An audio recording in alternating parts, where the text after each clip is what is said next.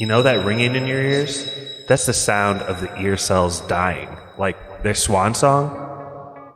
Once it's gone, you'll never hear spoilers again.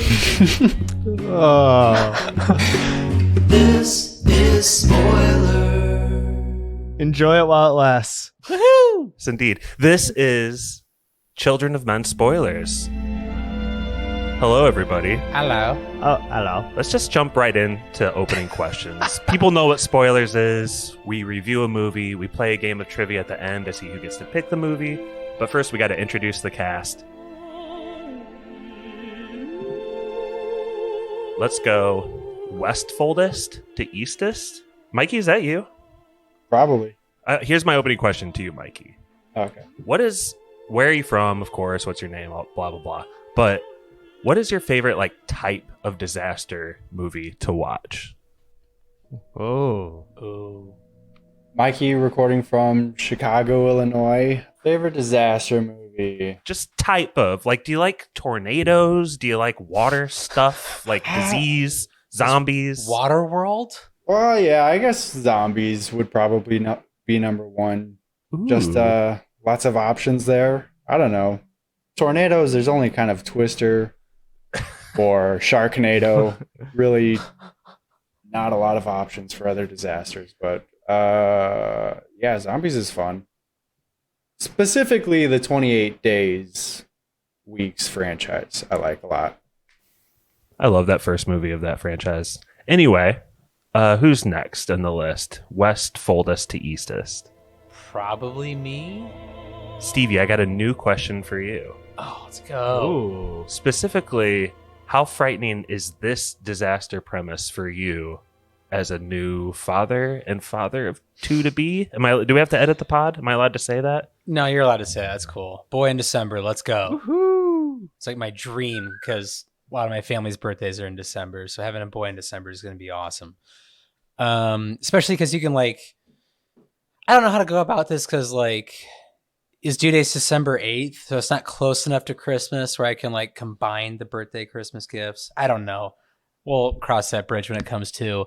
But yeah, answering the question, this movie was very hard for me to watch, honestly. Caught myself getting teary-eyed a couple parts, and also the past year I've just been crying at every movie imaginable. So yeah, it was a rough one to watch. Cool. I think that leaves up Pappy. And Pappy, my opening question to you, I guess, is can you maybe talk about this movie's foreshadowing of what's happened in real life? Do you think there's any truth? It's set in 2027. Are we getting close to that? It predicted iPad kids, which I'm sure we'll talk about in the dinner scene. Pappy, Kalamazoo, Michigan. I think I'm Easter of Brett, but it's okay. Oh, sorry, Brett. I can be the next most westfoldest. Yeah, honestly, I was thinking that too. I feel like the ending of this movie, this is spoilers, is pretty uplifting. Well, I guess we'll talk about that too at some point. But I don't know. I could see this kind of movie becoming more and more popular now. Like I said, what were the last two movies we did? We did Top Gun, which is pretty optimistic. We did Everything Everywhere at Once, which is pretty optimistic. We did Jurassic Dominion, which made me want to kill myself. So 2 for 3 there recently. Not bad. Cool. And then let's get all the way over. I don't want to steal it from you, Brett, but you are from Fort Wayne. Which is more east, by the way, than Kalamazoo. Haven't we done this before? I always thought Jordan and Ypsilanti is way more east yeah, than me. that was where I got mixed up. But for you, Brett, kind of a twist on Mikey's question, because we all know that you are one of the most prepared spoiler men. So what disaster movie type would you most like to live through? Try to live through. Ooh. With a little more time, I think I'd be pretty set up for a zombie apocalypse. But I know my wife would hate that, so Which one will Brittany like? The most friendly end of days scenario. No, her most devastating one would be tornadoes everywhere. That would be her nightmare. For For me, I don't know. I'd probably do better. I'd probably do okay in the like the Stand disease wipes out 92% of the population.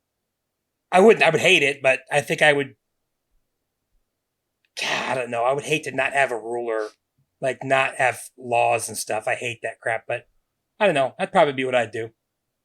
I don't know if I've ever heard anyone say, I'd hate to not have a ruler. A That's just a weird way to put it. I need a king. That's why I changed it. That's why I changed it to, yeah.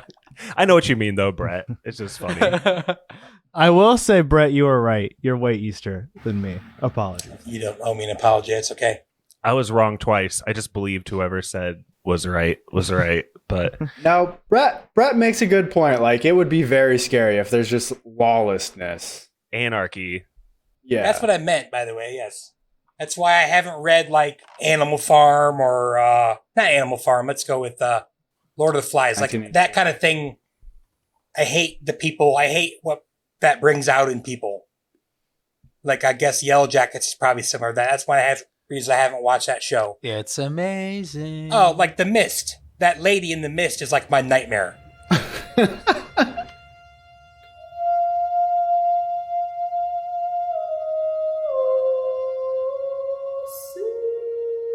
I'm sorry to be so quick on everything. I love to spend time with opening questions, but I really want to talk about Children of Men. Are you guys ready to jump into the plot of this movie?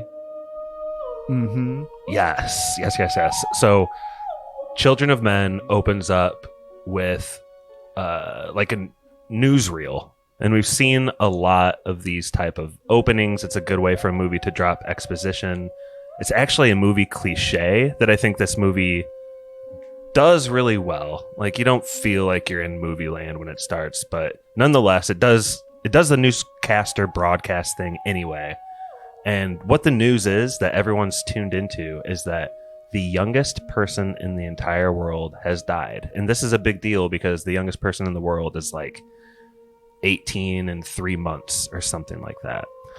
His name is Diego. His nickname is Baby Diego. He's somewhat of a celebrity. Baby Diego. Baby Diego. Stevie, how do you imagine Baby Diego's life and celebrity went down?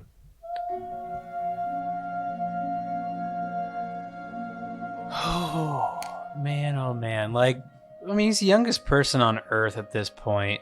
Just a really weird stat to have. He sounds well adjusted based on what we hear. Yeah, I mean, he's not a total wanker, apparently. I imagine it probably wasn't great, considering like his timeline was just filled with the world going to absolute shit. I would imagine it wasn't fun, and I thought it was kind of interesting that like someone had the opportunity to even kill Baby Diego. It made no sense to me. I feel like do you think there'd be bodyguards at least, or he'd be I like think security is spread. I just think security is spread really thin in this world. You know what I mean? Well, I know, Like, but he's kind of like precious cargo at this point. Like, don't you think like the government would have like seized him and like Well, what benefit does he offer the country? was he a Fuji or a British? Or He's a what? flag for their movement. I mean, it's just strange. I don't know. I think you just had a little more security. That's my whole thought on it. Maybe you shouldn't spit in someone's face. I mean, it doesn't give him the right to stab him. No, If definitely Baby not. Diego had a gun. The man is a god. He can spit in anybody's face that he wants. He's Baby Diego, goddammit. Day 1000 of the Siege of Seattle. The Muslim community demands an end to the army's occupation of mosques. The Homeland Security Bill is ratified. After 8 years, British borders will remain closed. The deportation of illegal immigrants will continue. Good morning. Our lead story. The world was stunned today by the death of Diego Ricardo, the youngest person on the planet. Baby Diego was stabbed outside a bar in Buenos Aires after refusing to sign an autograph. Witnesses at the scene say that Diego spat in the face of a fan who asked for an autograph. He was killed in the ensuing brawl. The fan was later beaten to death by the angry crowd. Born in 2009, The son of Marcelo and Silvia Ricardo, a working-class couple from Mendoza, he struggled all his life with the celebrity status thrust upon him as the world's youngest person. I think Baby Diego spit in a dude's face coming out of a bar, right, and got shanked. That's how he died. So Somebody I asked asked him for an autograph. autograph, okay.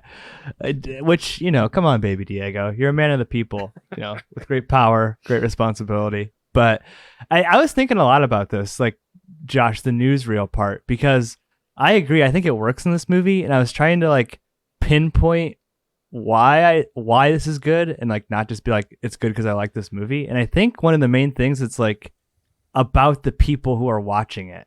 You know what I mean? Like there's way more shots of the people watching the news than there are like in the studio, and I think that helps a lot. Everybody's standing like watching the TV, and like you don't see the TV, you're just like seeing their faces. Is a really cool shot. Like it'd be like everybody standing in a bar watching a soccer game. Or something. I think too the broadcast is serving the function of telling us about Clive Owen's character Theo. It's honestly like watching the scene. The biggest thing you get out of it isn't Baby Diego. It's more about how Clive Owen is so apathetic towards anything. He's very depressed, I guess. Depressed and alcoholic. And I think you got to keep in mind like the timing of this movie coming out right after September 11th, and like the idea of like these random terror attacks, like someone just blowing up that cafe, was like even more poignant back then. Right Super after? scary. I mean, this was like 5 years. This is like Yeah. height of Iraq War. You know what I mean? This is still in that time when things are changing. It's crazy to think about how old this movie actually is. Like I was shocked looking at the back of the Blu-ray. I was like, wow, this movie's been around for a while.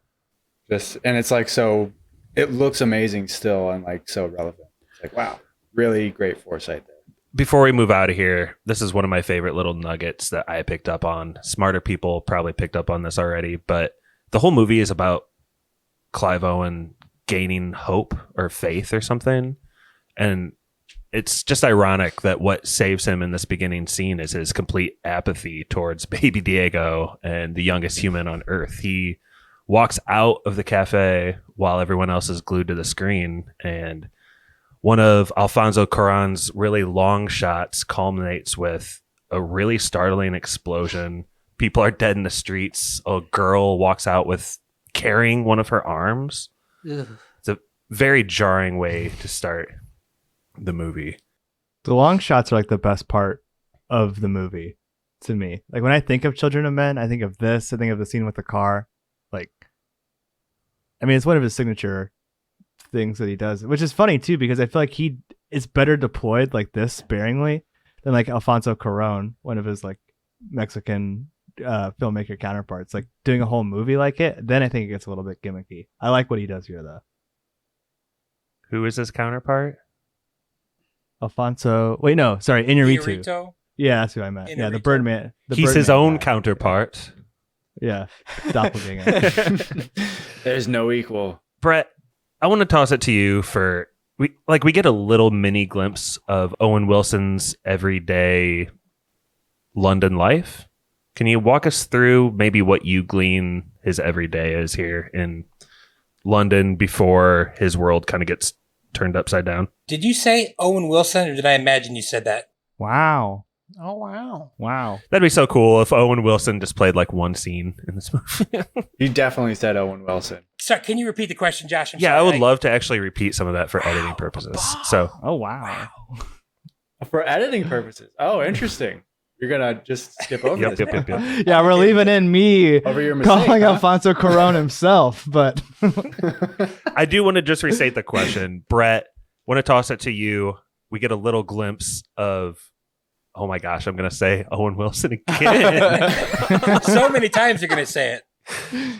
Clive, Wow. we get a little glimpse of Clive Owen's real day, everyday London life. What do you think that's actually like for him before the events of this movie?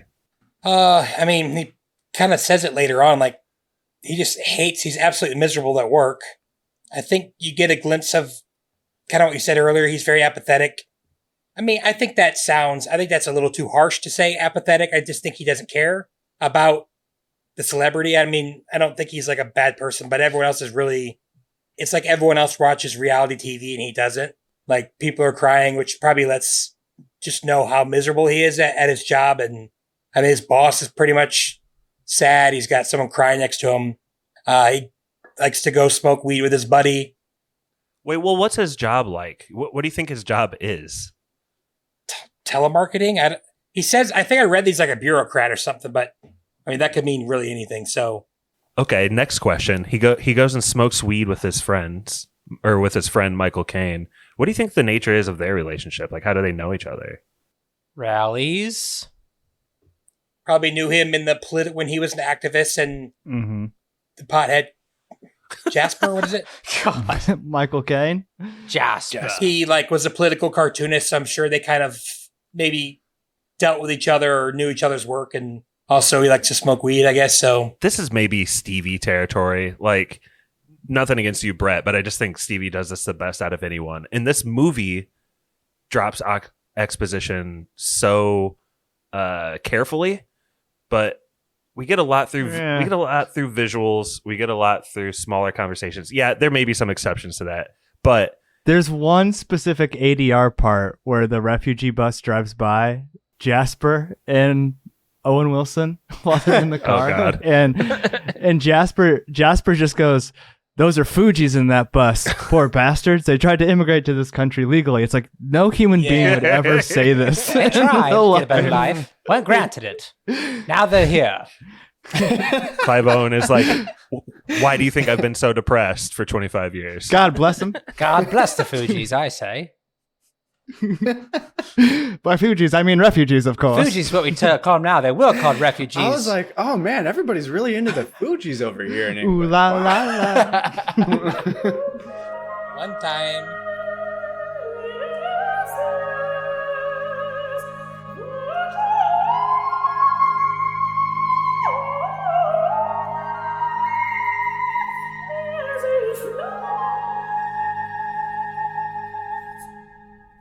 There's a lot.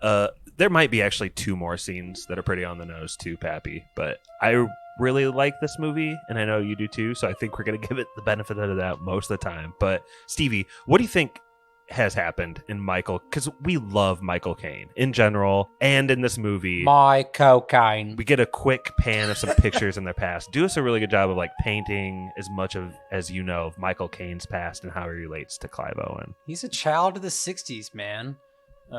He's very much so an anti-government, like my weed conspiracist in a way, but very grounded also. He's kind of a contradiction of himself at times, but I think it's his wife is catatonic, which is it's his wife, right? Yeah. Which is really sad to see, because I imagine like she was his best friend and she was tortured, which probably also kind of aids to his anti-government self. And him and Clive Owen seem to have like this really great father-son relationship throughout this movie, which is really fun to see in a bleak world. This is a very character-driven movie, right? Because we don't like get into why is this happening, like what's the cure for this. And so, like, in this character-driven movie, Michael Caine's by far the best character. He is so, like, entertaining when he's on screen. I love him. Like, he makes the movie for me. He's, like, the one spot of joy in Clive Owen Wilson's life. Sick house, too. Love his movie house. He's a really awesome house. Strawberry cough. It's almost like the house from Mandy, where Nick Cage lives with Mandy. Yeah. Mm-hmm. It's way out there. It's got more security than Nick Cage's joint in that movie. But I don't know. What else, Brett, Mikey, what else do you guys have to say about Michael Caine and his shop he's got going on? Because I agree with Pappy. He's just one of the most colorful, best things about this movie. Don't you guys think? Oh, yeah, he's the best part of this movie, in my opinion.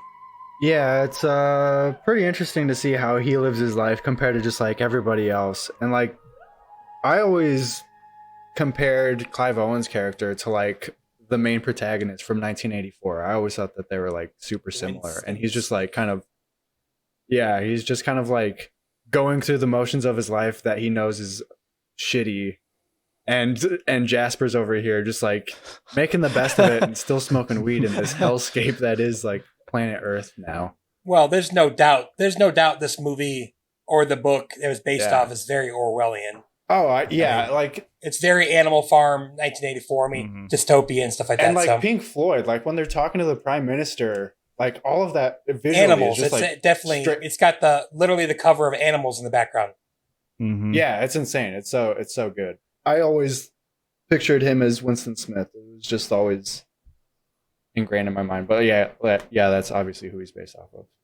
Pappy, what you're saying is really like ringing in my head about some of the exposition, because like I feel like when you're watching this movie, it feels parsed out pretty well. But there's also some scene this scene we're talking about here with Michael Caine, it's maybe couched in a joke, but he tells basically everything you need to know about the Human Fund organization. Is that George Costanza's? A donation has been made in your name to the Human Fund. What is that?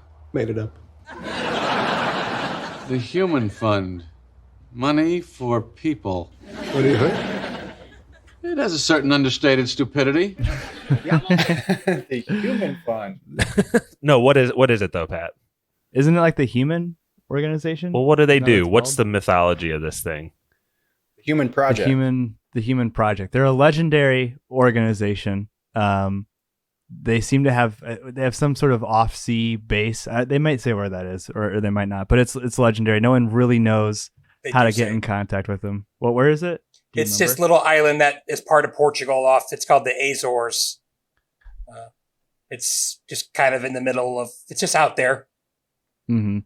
And that's the thing. Like when I was listening to an interview with Alfonso Cuarón, he was like, "Well, the big question of the movie is there hope or not? Like, is she going to be okay with these people or not?" And like, I always just assumed that they were good, but I guess we don't really know a lot about their plan or politics or anything, really. Yeah, it's pretty. I want us all to weigh in the air. Yeah, let's all weigh in on the ending. I mean, at least healthcare, right? That's what they're at least offering, I guess. Yeah, and dental too. She's probably gonna die of infection by the time she gets there, but it's okay. Oh, that mattress she gave birth 1,000% has something on it. He tried really hard with that alcohol, but there's not enough whiskey in that bottle to disinfect that room. Oh man, people have been given birth since the dawn of time somehow. Yep. I feel like it can happen. And a lot of the mothers died because of it. Yeah, but they don't give birth on turds on a turd mattress. Josh, do you think the Human Organization's good? Like, did you ever have that question? Are they like good or evil? Is that what you're asking? I mean, is there hope, I guess, in them? Like, because I never even considered that question. So I heard him being interviewed. I was like, well, that's weird. I always thought it was a happy ending. I have a couple notes on the ending specifically. Maybe we should just cross that bridge there because... All right. Josh, you like to talk about people don't get knocked out for like a day at a time. Yeah. Well, that's another thing that movies do. You don't really usually bleed to death in 5 minutes. You lose consciousness in 5 minutes and then die later. So there's a chance. But he's rowing the boat though. Like, could he have even done that? Yeah, plus he was shot in the tummy. This is again just like Tom Waits. He didn't hit me in any of my good stuff.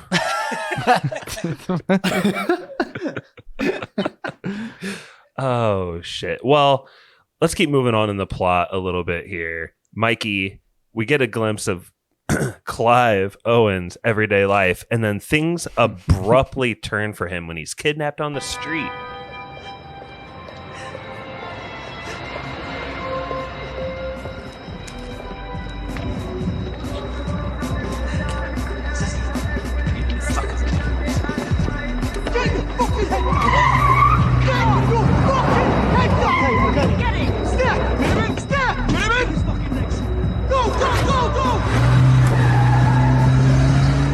He's kidnapped by Charlie Hunnam and what's the other guy? Chiwetel Ejiofor. Chiwetel? Yeah. What is he from? Everything. He's awesome. I've seen him. Well, he's in the Doctor Strange movies. 12 Four Years a Brothers, Slave. Serenity, right, 12 right, Years right. a Slave. Right. Yeah, he's a great actor. I totally forgot he was in this. But they bring him to like his ex-wife, girlfriend. I don't know. Someone he. I think it's still his wife technically, but yeah. Yeah, someone he previously had a relationship with, and a baby that died in a flu pandemic, and she kind of bargains with him a deal like I don't even know what he's getting, money, I guess. I don't even know. That doesn't really matter because he's kind of just ingrained in kind of a lot more than that, and he has to kind of just go with it. But I think she offers him money, and he's gonna take this woman who's the first pregnant woman in like so many years to the human project. But interestingly, Pappy, that's not revealed right away at all, is it? He's literally kidnapped off the street and just kind of coerced into doing this. Like, what do you take from this offer that Julianne Moore, whose character is Julian, which is kind of funny, right? But Julianne's Julian. What else? If you dig down into this scene and this kidnapping a little more, what else do you find? You are under the jurisdiction of the Fishes. The Fishes are at war with the British government until they recognize equal rights for every immigrant in Britain. We're not going to hurt you, we just want to talk. But don't do anything stupid. I'm covering. It isn't safe. Do it.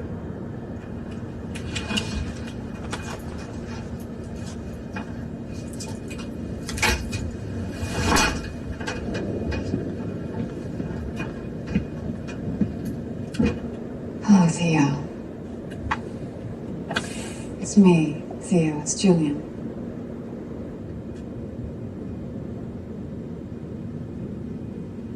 You scared the shit out of me. I'm sorry about the theatrics, but we had no choice. The police have been a pain in the ass lately.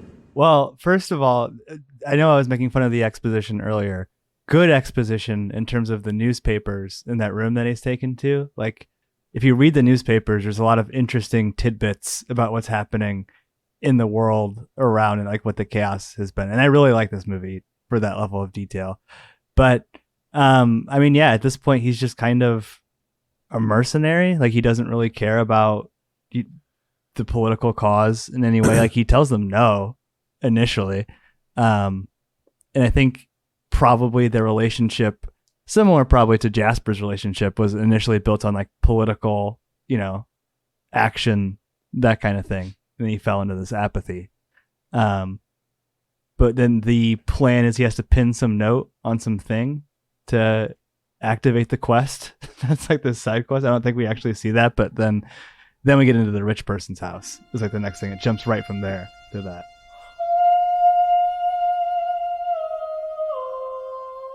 Does anybody think maybe she could have just like texted him or stopped by the apartment?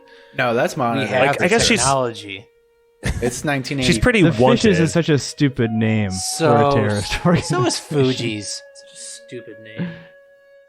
They overdo that so bad. Is Fishes supposed to be representative of something? In the book, they're called the Five Fishes, or the Five Fish. So I have no idea. That's a little better.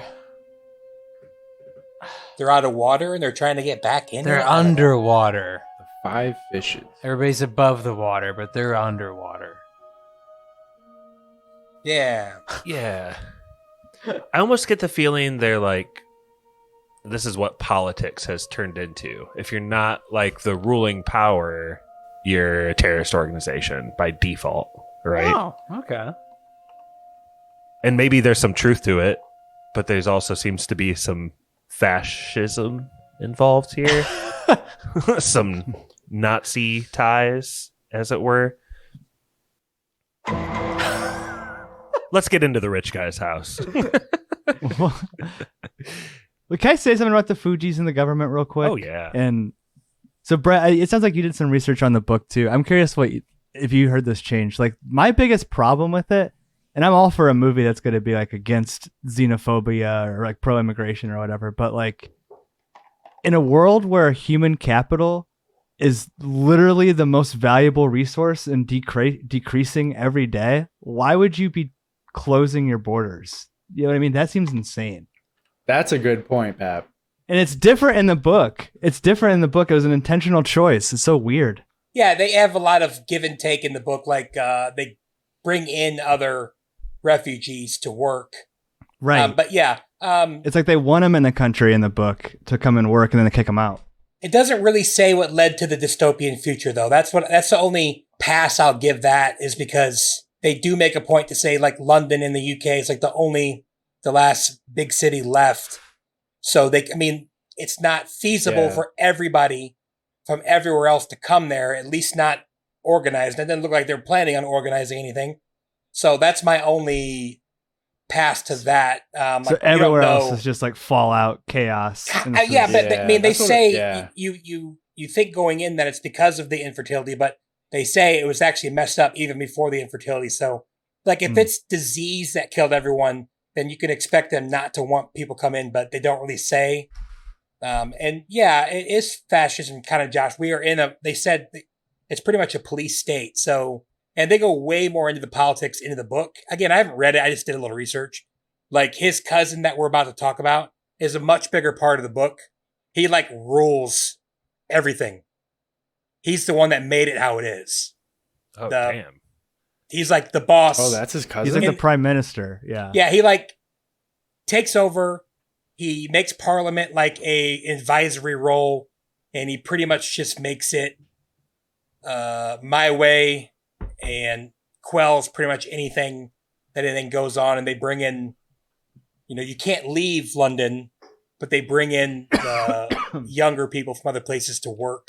That's like where Pappy gets, that's a lot, the human capital is a lot more of a thing in the book, I believe. They need these people to work. Good point. That changed for the movie. I didn't know that. I think it'd be disappointing if Clive Owen's cousin was the prime minister. Like, he would be a celebrity too. Theo would be. And like, it just doesn't really make sense in the context of this movie. Whereas maybe you can fill in the gaps here, Pappy, but the cousin is still very eccentric and obviously larger than life. Like, there's no lack of eccentricism when they show him, Eccentricity? Yeah. He's got a Picasso and David? What is that? Michelangelo? Michelangelo's Dave, yeah. He tried to get La Pieta too, but it was in ashes or something. I do like how the David's got like a replacement. Yeah, it's funny. I don't know. He lives in total opulence, so he's clearly some kind of high-ranking official. Yes. One of my favorite parts of this scene is, what the fuck game is that kid playing? Stevie question. What video game is that? He's working on a Rubik's Cube. Oh, a digital Rubik's Cube? That's what he was doing on the screen. At least that's what I saw on the screen. Is he was like moving his fingers back and forth, and he was looking at a pretty cool 3D Rubik's Cube. I think he was playing Tetris. I'm just kidding. I think you're right. I got Minecraft in my notes. Minecraft? I was gonna say they should re-edit this movie with Fortnite in it. Instead. Yes. That sounds like something Kylo could do. But yeah, I don't know, Josh. At first he kind of balks at the papers, but then he's clearly able to get them. So he's somewhat important. But I agree. If he was like the king, his job, he runs the Ministry of Arts in the movie. That's like his job is to rescue Ministry art. of Magic. That makes a lot of sense. Oh, he's got a Banksy piece in there. Huh. Well, the Picasso he has is the one where it's like Guernica. The bombing of Spain. Yeah, so it's a little. I would say it's not on the nose because that's not like super well known. Well, I guess it is. It is, and I'm pretty sure that appears again when they're taking off in the little canal in the canoe at the end. Like, it's faded on the wall in there. Same painting. This guy definitely has several NFTs hanging on a wall. He's got a ape smoking a joint on the wall. But his face is melting and he's made out of boogers. This is all in Act 1. And I think Act 2 starts around the 25-minute mark. Stevie, why don't you take us for a ride as Clive Owen and Julianne Moore get into some British left side of the road driving vehicle and start going for a pleasant little Sunday drive? What starts happening here? It starts off as kind of a somewhat cold environment because Clive Owen just wants to sleep. And then everybody wakes up and everybody's kind of happy and talking. And I have to imagine somewhat decent CGI of Julianne Moore and Clive or Owen Wilson shooting. Is that a ping pong ball back and forth in each other's mouths? Yeah. Oh yeah. It's not a pool ball. It's an egg. Yeah, I was gonna say egg. If it was an egg, that'd be amazing. But yeah, you think everything's going okay, and they fall into a trap. And this movie does a good job of reminding you that you're, a little past 2 decades in the future. Especially like the screen on the windshield in the car. I thought that was awesome. But yeah, I mean, flaming car and, crazy zealots running down a hill trying to light this car on fire and kill the people inside. And it's a really intense scene. Not just that, but Julianne Moore, who you think is going to be like in this movie a lot, gets her, shot through the neck for Christ's sakes. It's a really intense scene. Shot through the neck, and Luke's to blame.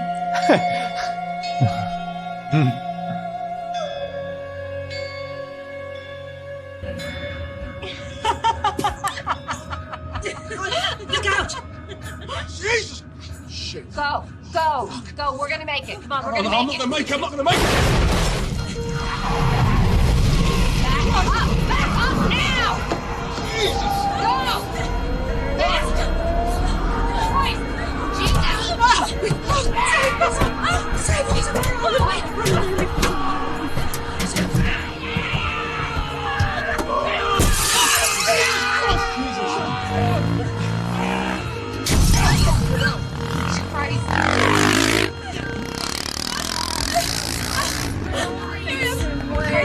He's all done! Cover Kate! Get down!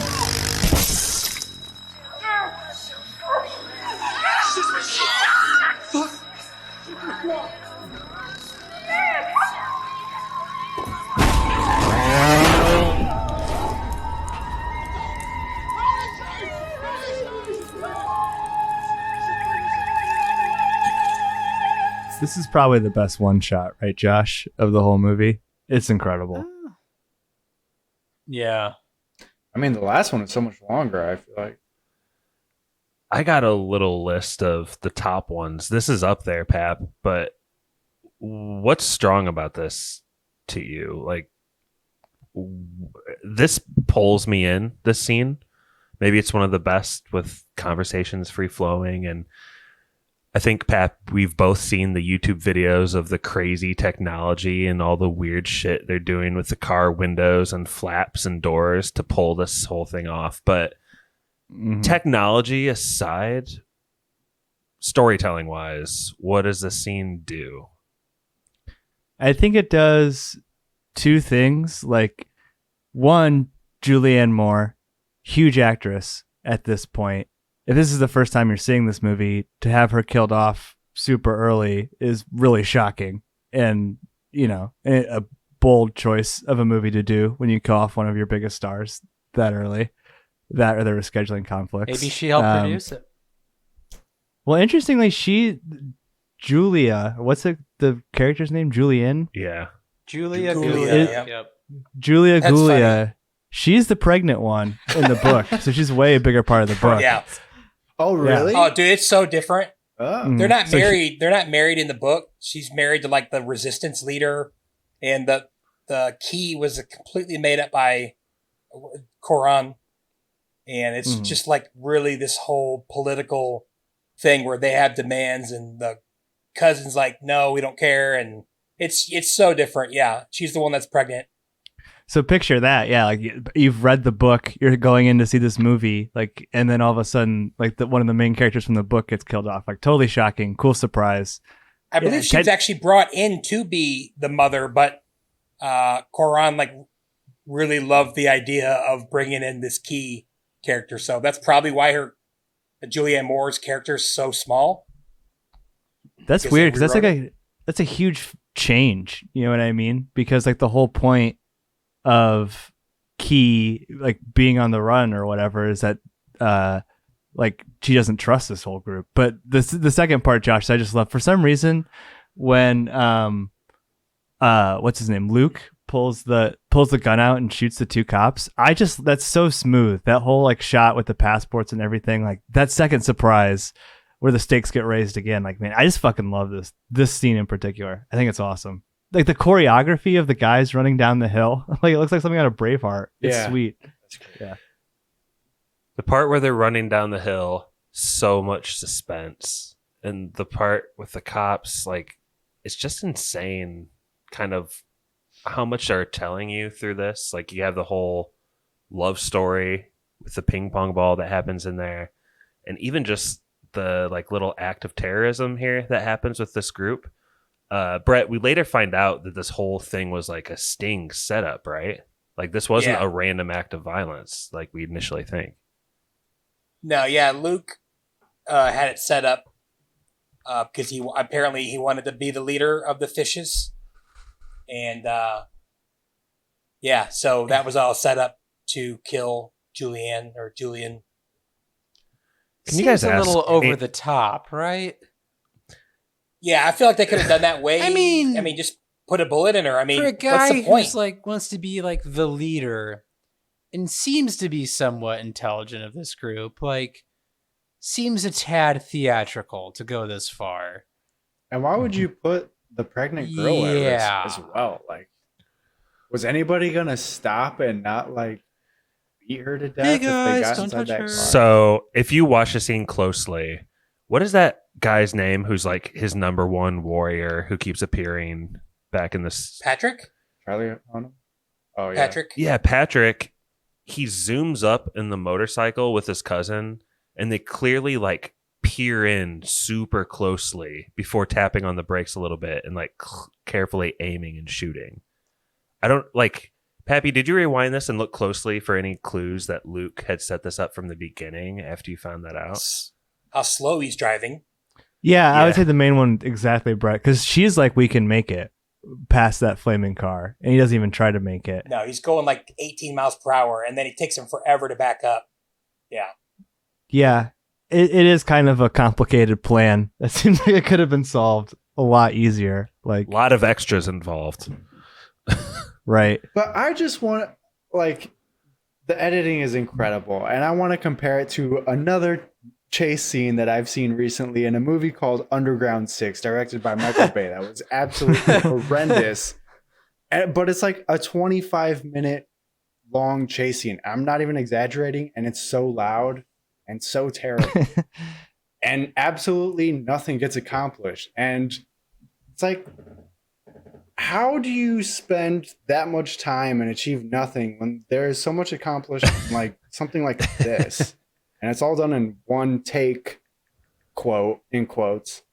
I don't know if it really is in one take or if they edited it to be one take, but it's just there's so much more storytelling going on in this compared to that. And I don't know. I was just like baffled at the end of watching that Underground 6 movie. Like, this is one of the worst things I've ever seen edited. And just crazy how much money is spent on that kind of stuff. And the quality is just not there at all. I'm sure this movie was $100 million cheaper than Underground 6 or 6 Underground or whatever the fuck it was. And like Brett was saying, Luke is able to, he actually succeeds in taking out Julianne Moore through this hit piece, and he's becomes the leader. Like, he's ratified in quickly thereafter once they get to this barn. But like at this point, Clive Owen and Key, is that her main, the pregnant woman? Yes, Key. Mm-hmm. They're kind of like in the hands of Luke and the fishes now. Is there something to like about Luke, this character, even though he had Julianne Moore offed and he's very violent? I don't know. I felt like there's something still likable, or am I just completely off with that? Is he just insane? Well, I mean, he wants to restore order back to a crazy place, but again, that doesn't exactly, you're not endearing yourself to anybody by killing your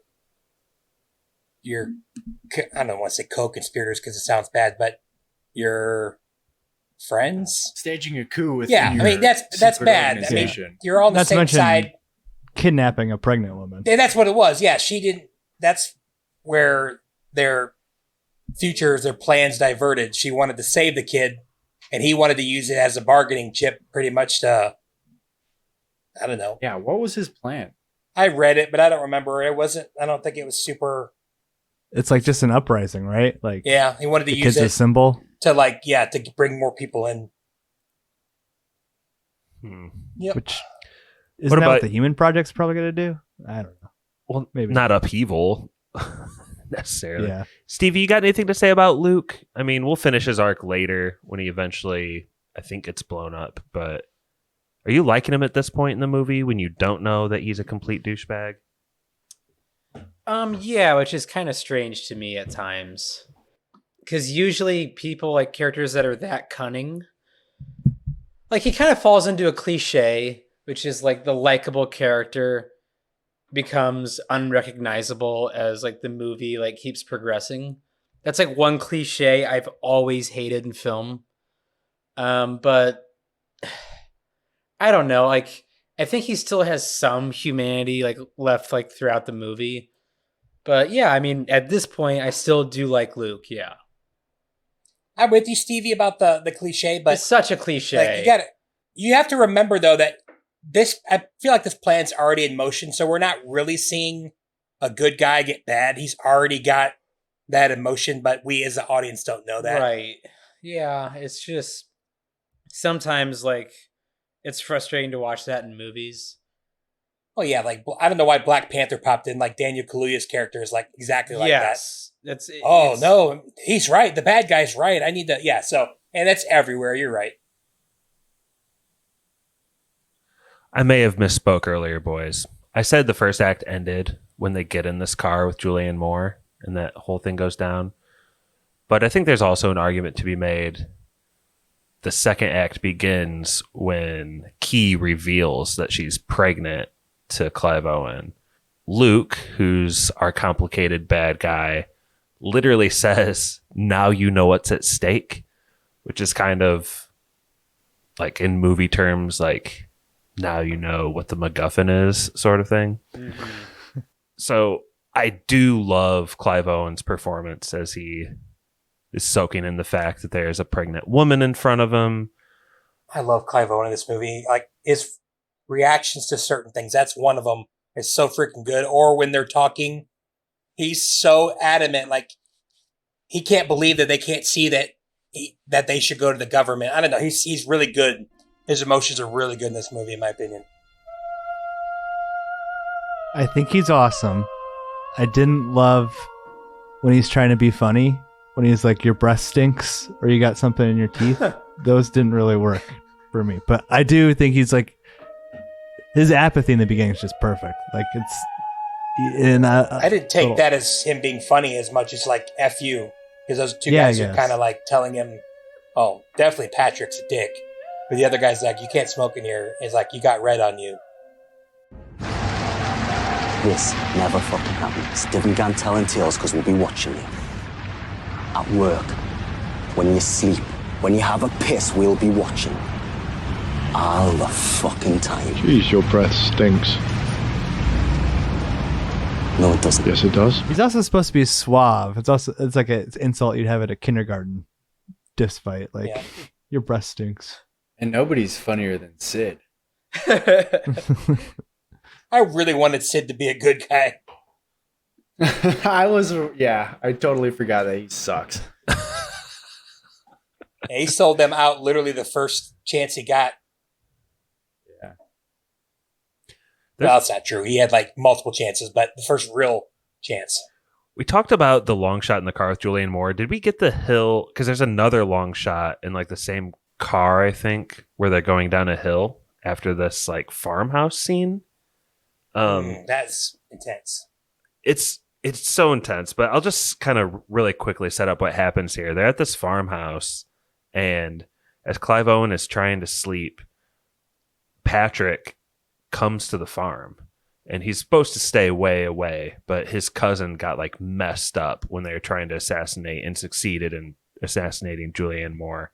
So basically, like, they're not supposed to show their face around here, but they had to because there's police everywhere and everything's like gone to shit. So they tried to hide Patrick and the motorcycle and his dying cousin really quick, but it's not fast enough because Clive Owen had woken up and seen it all go down, and even overheard to the extent that like they plan on killing him tomorrow. So he goes and wakes up Key, and she in turn kind of insists that Miriam, her like midwife person, come with them. And does anyone else love this scene as much as I do, where Clive Owen crawls to every car and either takes the keys or like disassembles the battery? Like, that's so cool, right?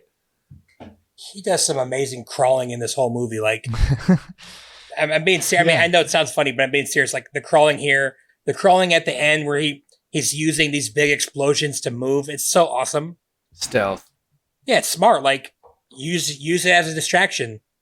There's brick and smoke and blood and flesh everywhere. It's time to move. Mm-hmm. And a totally different kind of one shot too, right, Josh? Like the other ones are like so bombastic with explosions or like car chases and stuff. This is like a quiet, like Mikey said, like a stealth mission, stealth level. But it's just as frightening. Like, whereas in Julianne Moore's assassination scene, we see her shot through the neck, and that's startling.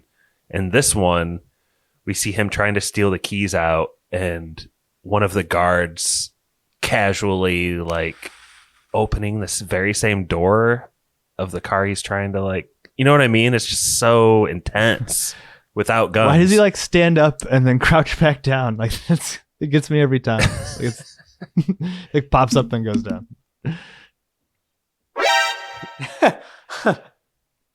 They managed to get out of here though, right, Pap? He escapes with Key and Miriam and the baby. Is anybody else confused by Patrick's like motivations to kill Theo or Clive Owen Wilson? Patrick, is he the guy with the braids? I think he's Charlie Hunnam. Yeah. Didn't he get hurt with his cousin? His cousin got hurt? Yeah, but like the motivation like doesn't make sense to me. Explain. Like, if I'm going in to like kill somebody and me and the person I'm with get hurt in the process because human nature says like force is going to be met with some kind of resistance, like I can't really be mad at that. And unless he was told by Luke, like, this guy we with like knows what's going on too, like don't aim for him or don't harm him, like, and he knows about you too, like wouldn't they be mad at Luke? So like his motivation for like, you know, my cousin yada yada, it's like, well dude, you're like, you know, on a motorcycle with a gun shooting people, killing a guy, then coming up like killing a woman, then coming up next to him and be like, I can't believe he did that. Like the motivations don't make sense. What the hell, makes bro? No fucking sense. You killed my cousin when we were trying to murder you, bro. When we were trying to murder you, bro, you got him. I can't believe it, man. How could you? Like, it doesn't make any sense. This is a bad guy put in a movie for the sole purpose of being a bad guy. And that is very frustrating because when you look deep down at his motivations, at all in all, he should be the angriest at Luke. But because he's a bigger actor and character in this movie, no one questions a thing. I will say, I kind of agree with you, especially stupid, when Josh. Don't church it up. It's just especially stupid. when he shouts out like Anakin Skywalker.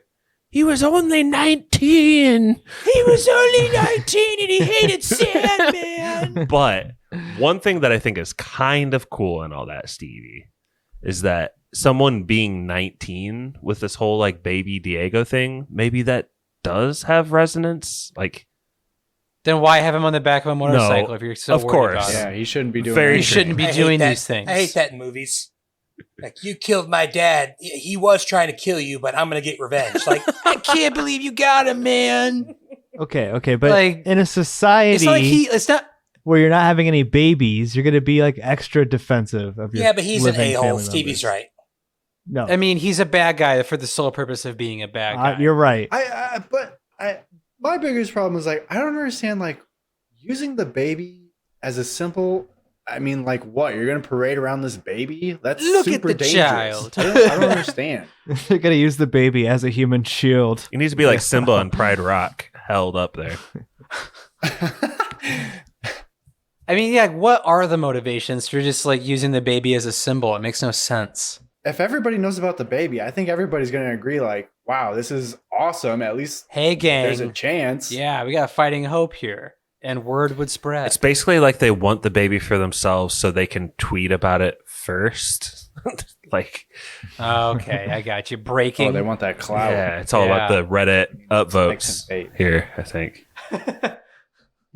Sorry, I didn't mean to put a downer on No, the movie. Just that stuff drives me nuts. Where it's this bad guy for the sole purpose of being a bad guy. Honestly, that's the weakest part for me. Is like their motivation.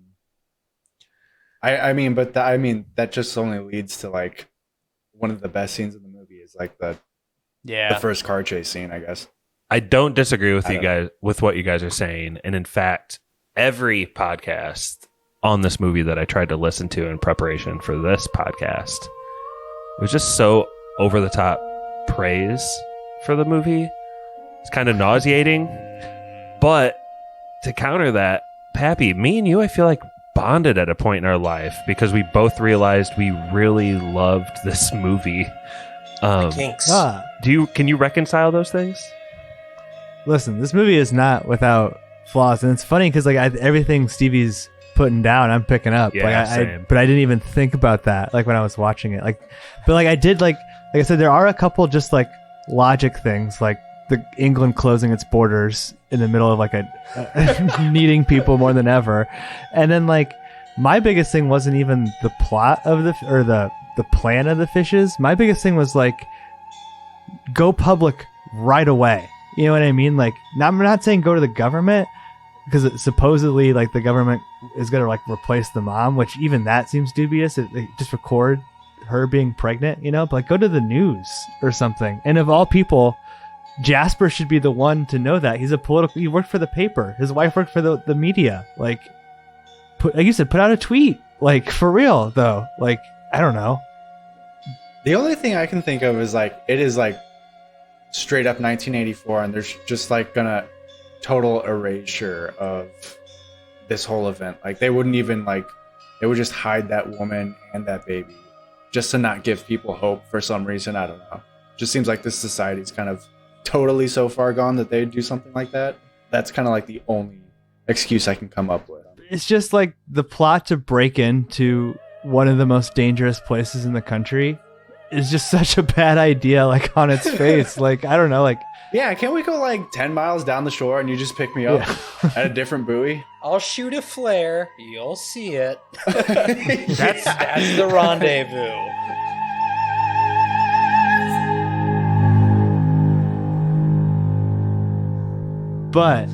But with all that said, Josh, I still find this movie really interesting. Like, it kind of reminds me of Blade Runner, which I've done a little bit of a 180 on that I kind of like now, especially I was getting ready for that Big Dumb Movie Debate podcast. Like, it can be a little bit slow, but like the sci-fi, the concept is super strong and the filmmaking itself is super strong, right? Like maybe story gets like a C+ or B+, I don't know, somewhere in there, but like the technical aspect of this is an A+.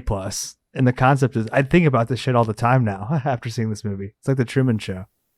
What would really happen? It is a movie that's sticky and makes you kind of like, I watched this and then I had to drive somewhere. And then I got to that place and realized like I hadn't turned on my radio. I just had driven in silence the entire 12-minute drive.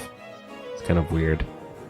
But anyway, we just talked about how Clive Owen and Key and the baby, they escape the farmhouse, much to the chagrin of the fishes, and they go back to our buddy Michael Caine. I love that he gets to be in this movie again, and in fact, as I kind of timed some things out in this movie, I think this is the longest they stay in any one setting, right? We get a lot of stuff in here. We get Michael Caine seeing pregnant Key and his reaction to that. We get everyone meeting his catatonic wife. We get extensive stories about Clive Owen's past and his kid. We get more stuff about Michael Caine being suicidal. There's stuff about more stuff about this quietist stuff, which we haven't really talked about. It's like the suicide pill given out by the government. What did you guys feel about this second time we get to kind of live with Michael Caine? This time for like 15 minutes. I absolutely love this part of the movie. And it was heartbreaking too, just because like there's this kind of beautiful shot that's kind of going in and out of focus in between the two characters of Owen Wilson or Clive Owen, whatever you want to call him for this podcast, being around the corner, and Michael Caine, telling the story of, kind of like what broke Clive Owen, Theo. And what was heartbreaking to me was when he brought up his son. He's calling him this, miracle child, this beautiful boy. And, he tells him, he was born with small lungs. And I think as an audience, we kind of want to lash out at Michael Caine because it's not like his story to tell. But it's just so heartbreaking that Clive Owen just walks away from it.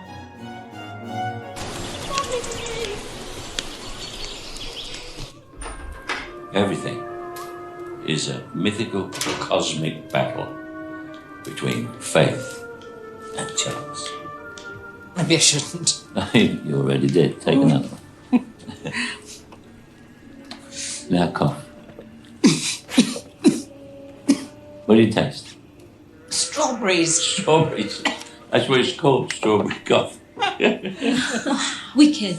So, you've got faith over here, right? And chance over there. Like yin and yang.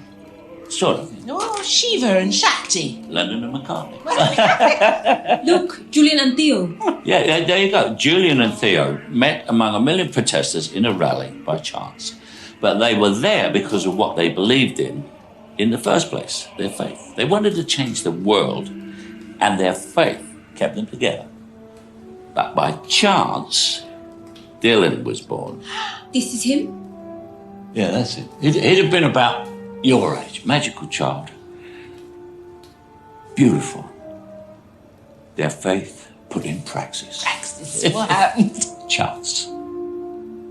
He was a sweet little dream. He had little hands, little legs, little feet, little lungs. And in 2008, along came the flu pandemic. And then by chance, he was gone. Oh, Jesus. You see, Theo's faith lost out to chance. So, why bother if life's going to make its own choices? Watch out. Baby's got Theo's eyes. Yeah. Oh, that's terrible. But, everything happens for a reason. That I don't know. But Theo and Julian would always bring Dylan. He loved it.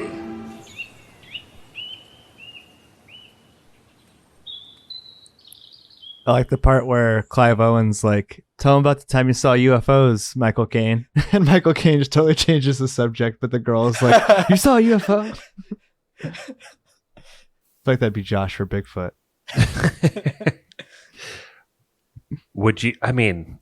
I feel like that UFO thing is a little hint to the technology that he may be projecting into this 2027 world, or even maybe what the human fund has going on for it in the world. Like, The human fund. maybe there are pockets of civilization that are really advanced to the point they look like UFOs, or they can be a fishing boat disguised as a hospital, or vice versa. But we've reached a point in the movie where things get super duper chaotic. And the moment that precedes that is one of the most memorable, if not the saddest moment of the movie. Brett, I think we watched this together way back in the day, around 2000. No, I'd never seen this movie. What? I had seen Really? I had seen to the point where there was a strawberry cough because we watched it, but I had to leave or something. Nope. Oh, yeah. Never seen this before. I did remember. You didn't want to finish it after that? Josh and Brett watched Up into the Strawberry Cough in college, huh? No, and then it gets a you guys little watched. hazy. You guys watched it all. Yeah, I think I watched it with like Ralphie and Drew and stuff, but for sure. I don't want to. Seen it, but yeah, there's a lot of basically from the 1 hour mark on, Brett, that we can really buzz through here in this movie, but almost exactly at the 1 hour mark. I'm not joking, folks. Michael Caine. Theo Farrell. Oh, I haven't seen him. There's biscuits and coffee on the side. Help yourself. Want a drink? Look, come on, have a drink. Lighten up, lighten up. What we got? Here, Luke. It's a dead woman and dog inside. They're going to Beggs Hill. When did they leave? When did they leave? Pull my finger. Go. Pull my finger. I'll do it.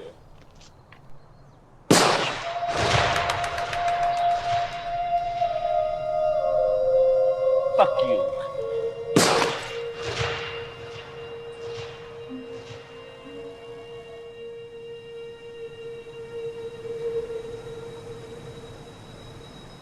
Pull my finger.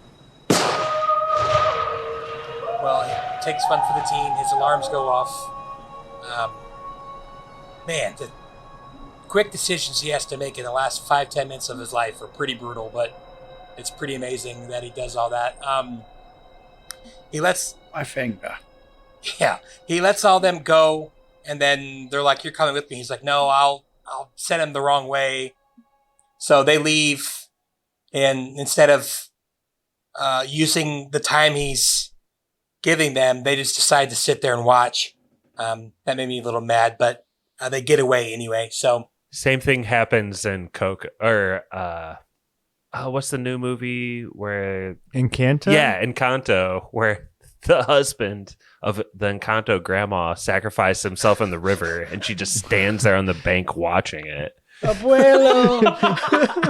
Yeah, I hate that kind of stuff. Like this gets macheted. In Kenobi, like he's stalling, and they're just sitting there in that tunnel. Anyway, so the plan backfires a little bit because they like immediately find the plans. I don't know why they had that written down or whatever. What was the deal with that? Maybe someone could jump in real quick. What did they find? Did they write down their plan or what? I think it was a map. Okay, a map that she had been looking at earlier at the table, and she circles those two spots or whatever. Okay. I think it's that map. So he stalls them, and he says, "Pull my finger," and Luke, like, literally shoots his finger off, which is just... Patrick. Was it Patrick? Luke. Yeah, Luke, because it says... I only went with Luke because that's what it said in Wikipedia, but... So, but he's still, you know, got that joy. He's probably so stoned that it only just feels like a flesh wound to him. Brett, were you not frustrated by why Clive Owen's just sticking around? No, that's what I was saying. Watching? He's giving them that head start, and they're just sitting there watching. I guess they didn't do a very good job of explaining that. Did you not hear him just say that, Pap? No, I must have missed it. Sorry. Pap, he just went on a huge diatribe about that. Yeah, then he went on the whole thing about Encanto. Sorry, I was trying to see the difference between Luke and Patrick. And then, I mean, you missed Stevie go, "Abuelo." Oh, I heard that. One thing that's, I think, really cool is that, yes, I did notice it was Luke. And I think the reason I noticed is, like, I kind of pay attention to the power dynamics with this whole thing. And they pretty much explicitly say Julianne Moore's character is killed off because she didn't believe that they had to keep using violence. And then when you look at like who the next leaders are, it's Luke, and Patrick is obviously one of their like top warriors. He's sent out to like assassinate people. He's like running around that hospital later, just mowing people down.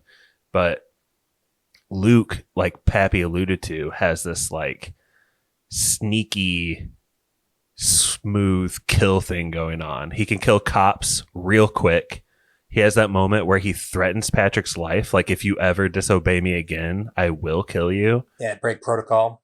If you rewatch that scene, how fast he pulls his gun out, like, that's pretty crazy. But Luke is in charge here, and like Patrick is very much cowed. Do you remember that scene real quick before you get back into it, Brett, where he's like, I can kill him. I have a clean shot, sir.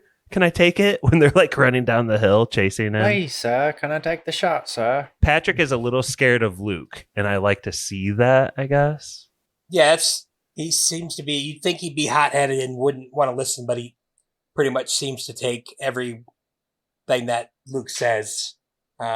Luke's also really manipulative, which you might not notice all the way, but like he always made key and people seemed like they were making the choice, but he like pushed them into that direction, like that little meeting they have right before all hell breaks loose at the Fisher's house. But anyway, yeah, no, you're right. I like how he kind of controls everything. He's kind of like best of both worlds. He's kind of a lot like Julian and Patrick combined. I mean, best for them. I mean, obviously, I think Julian's the better person and the better leader to get what they want, but she doesn't want, like you said, somebody said, like, she doesn't want it to be like a military battle. She wants it to be more diplomatic. And I don't think Luke believes that could happen, so he wants it to start a war.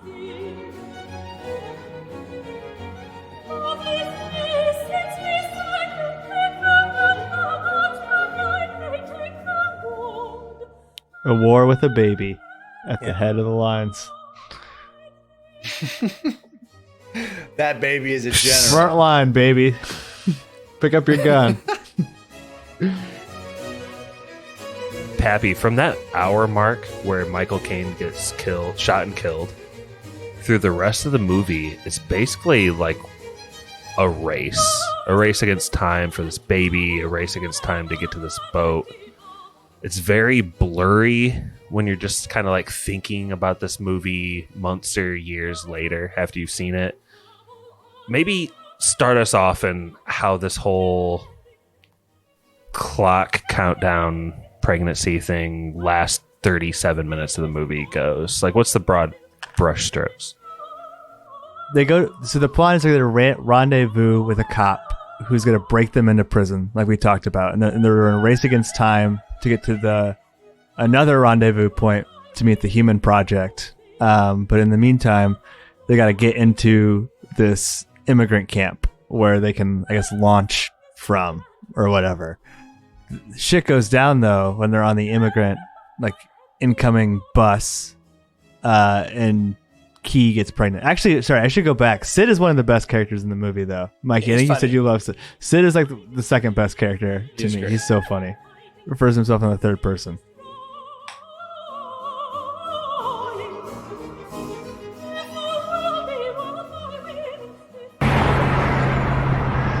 It was Jasper's idea, you know. The whole password thing. He will piss himself laughing when I tell him about this. He's a cheeky old bastard. So proud of his weed. Sid could get it a lot cheaper from the gangs, but Sid likes to deal with Jasper. Jasper's straight. A true gentleman. All right. What's wrong with her? She's sick? Just car sick. She's not gonna puke, is No, she? she's fine. Puking's bad.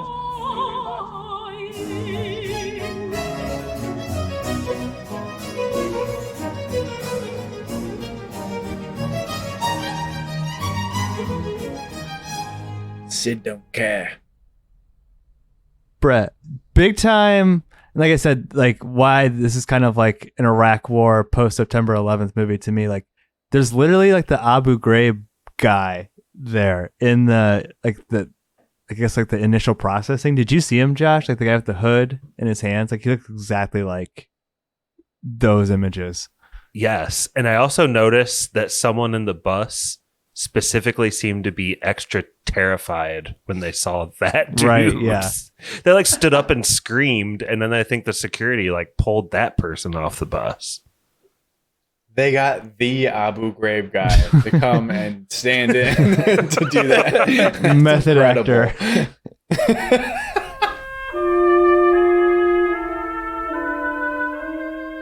Brett talked about how the books delve into the politics and world a lot more, but boy, do we get a lot in this 8-second scene of just pulling into this station.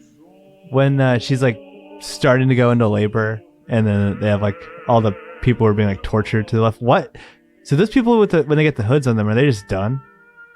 Like, Looks like it. Yeah.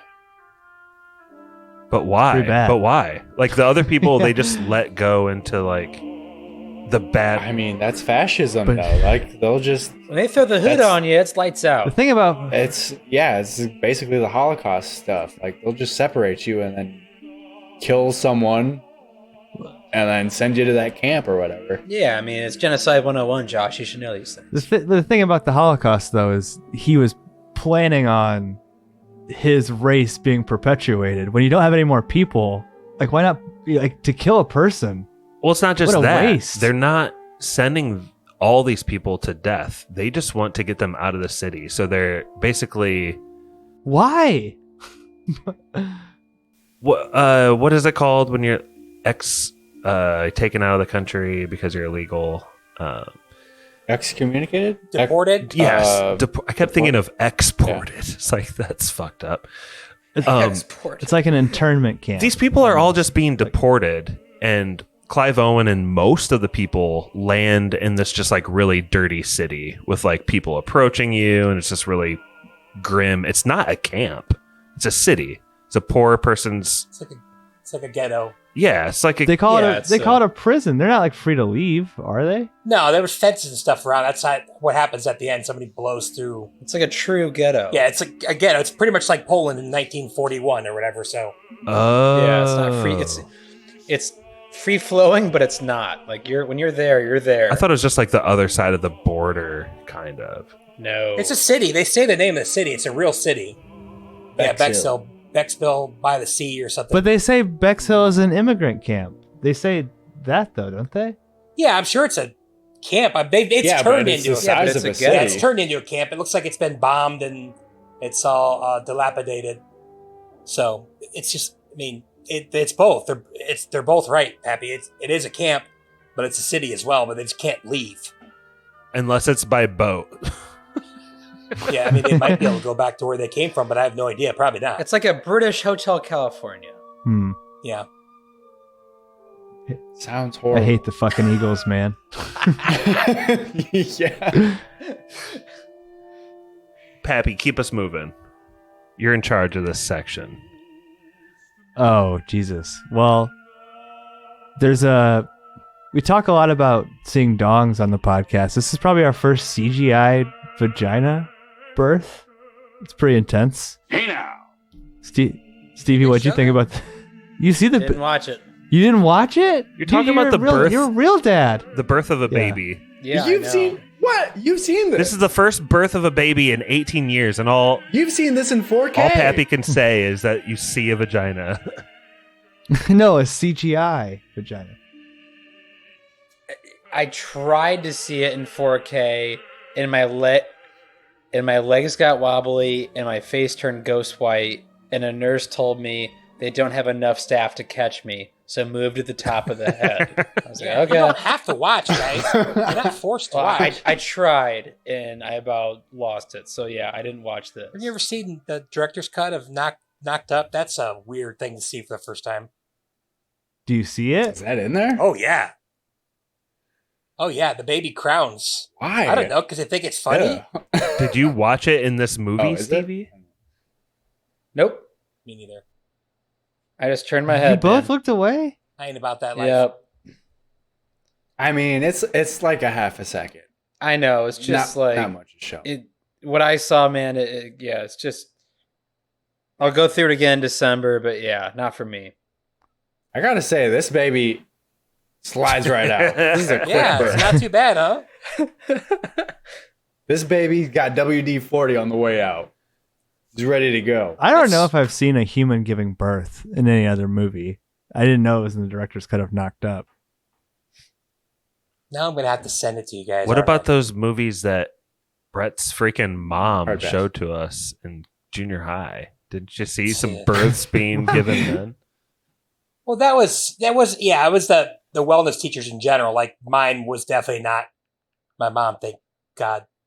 But mine was Mr. Fowler, and yeah, they showed those videos that my friend actually passed out. Knowledge nugget. Brett's mom was in charge of showing us wieners with syphilis when we were in 8th grade. I saw those slides way too many times. Oh. The syphilis ones ain't nothing compared to some of the other ones. I don't know. I just pulled out the first STD I could think of. The old standby. Speaking of STDs, she gives birth on this mattress. Wait. Can you clarify that my mom is not showing these pictures to random 8th graders, please? She was a teacher. Right, healthy. It wasn't random. Really... It was just me, my friends, and everyone I knew that she showed them to. My mom used to walk down the street and just show 8th grade. She used to show all the neighborhood kids. They would go wild. Hey, come here, little boy. You seen this penis with syphilis? Pappy, keep working with me here. There's just $10. You see a dong almost rotten off. There's too many details to suss out in this 37-minute chase scene, pregnancy, giving birth. Now she has the child. They have like a couple new allies that don't even speak their language here, you know. The old woman who tries to force the orange down the baby's throat. What's happening there? Like, you can't feed a baby an orange. I love that little bit though. Because, no, like, she's that's sweet. Like the only time she's they're adorable. really Key's like loving it. She thinks it's like the funniest thing in the world that those two people love her baby so much. The little CGI baby. I can't tell exactly. Yeah, it's a pretty bad CGI baby, but I don't know. They're like Eastern European. Romani. They said they're like, yeah. I mean, what they would call Jippos, but.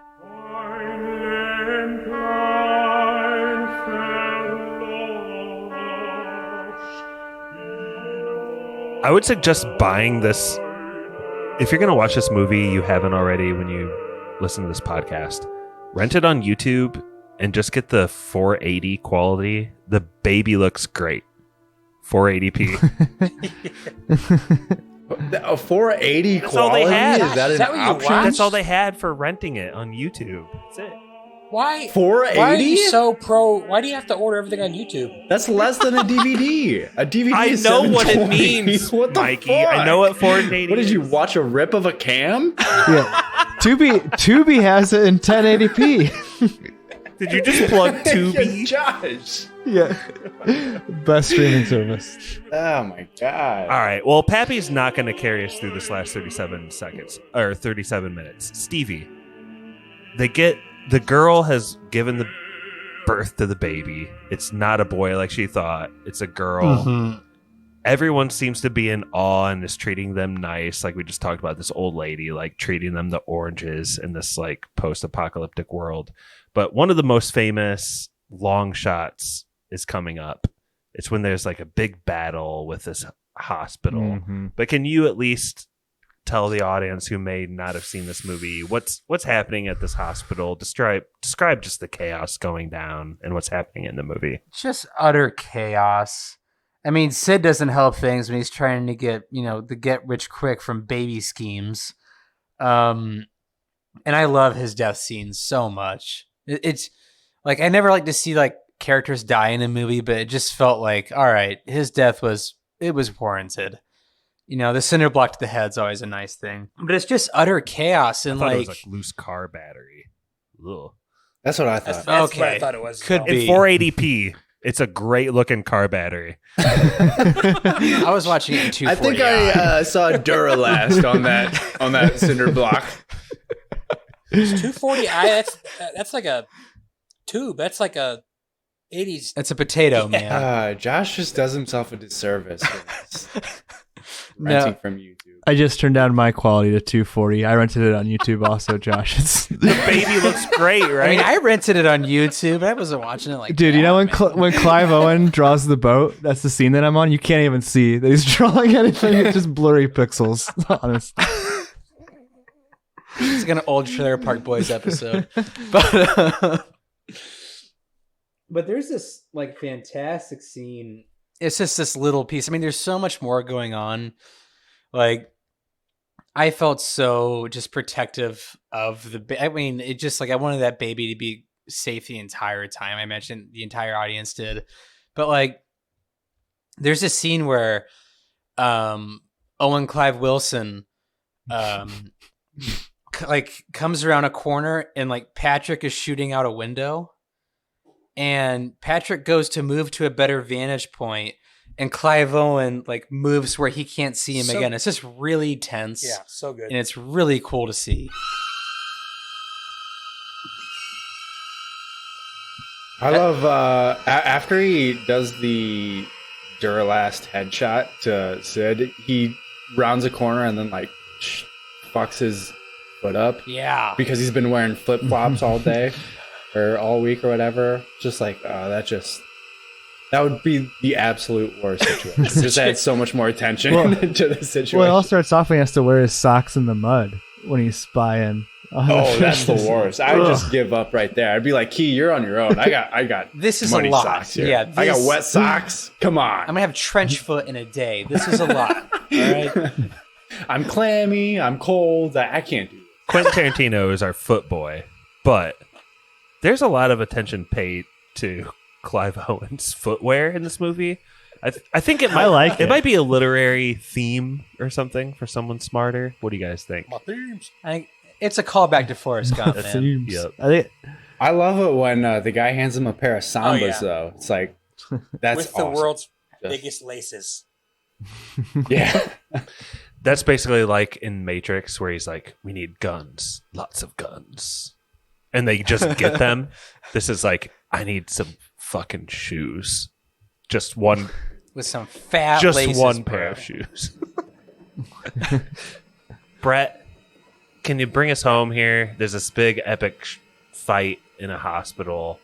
It ends with, everyone is so in awe of the baby. There's actually a ceasefire for like 1 minute, but then shit goes to hell again. Round us out. Round us out here. Like what's Clive Owen's last making moves, I guess.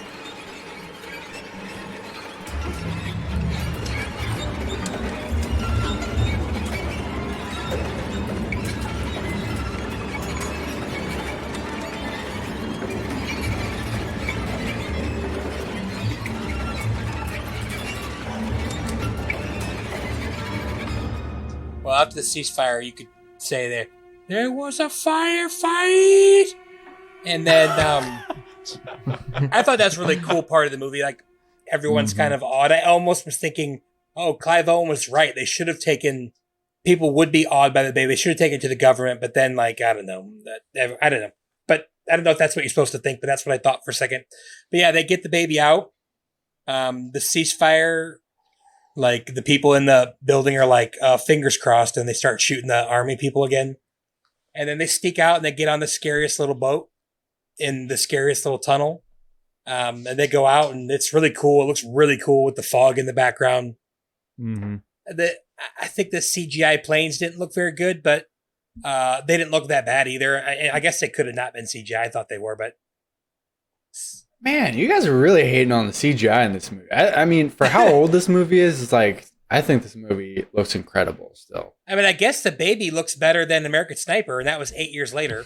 Yeah. So 100%. It's just a really cool scene. I didn't remember, and I asked Brittany, and she didn't either, them mentioning the Bowie, but apparently that was the thing they were looking for, and they find it, and she's like freaking out, and I don't know why Clive Owen has like a feeling that they're going to come back for it, and faith restored, bro.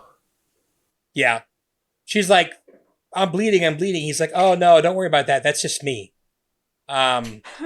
He's like, 'tis a flesh wound. And then he's like passed out, dying. Well, he's been wanting those cigarettes to kill him ever since the beginning of the movie. So he's almost getting like his wish here, right? The quietus is finally kicking in.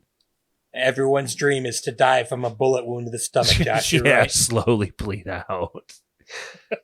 Well, I guess it's better than a slow cigarette death, I guess. But so, yeah, he kind of dies or whatever.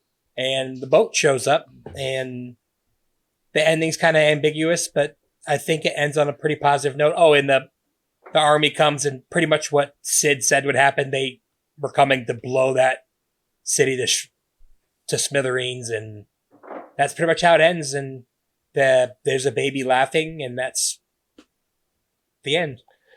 Let's go Westeros to Eastest. Really quick. This isn't yes or no's. I want to try something different. I want to do final thoughts wrapped up in you answering if you think this ending is hopeful or not. We talked about that quite a bit at the beginning. I think that's one of the things I always carried with me about this movie, having seen this a long time ago. So, Mikey, any final thoughts? And do you find this ending to be hopeful or not? Final thoughts. This movie has stuck with me for a really long time, since the first time I saw it, just because of the one takes, just the long one take scenes. That's always stuck with me. I've always been kind of obsessed with seeing those in movies, and it always grabs my attention. And Alfonso Cuarón's been doing it in like everything he's done since, so it's like he's kind of a goat at it.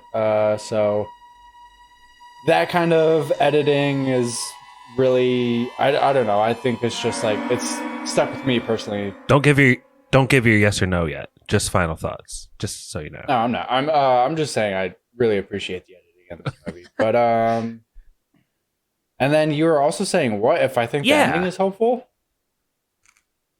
I think it's hopeful for humanity, but not for Clive Owen. I think he's dead. I don't think he's got much of a chance unless they got bags of his blood type on that boat. But I don't know. I mean, they were planning on delivering this baby on this boat, I think. So maybe he has a chance, I guess. But I don't know. He seems pretty dead to me.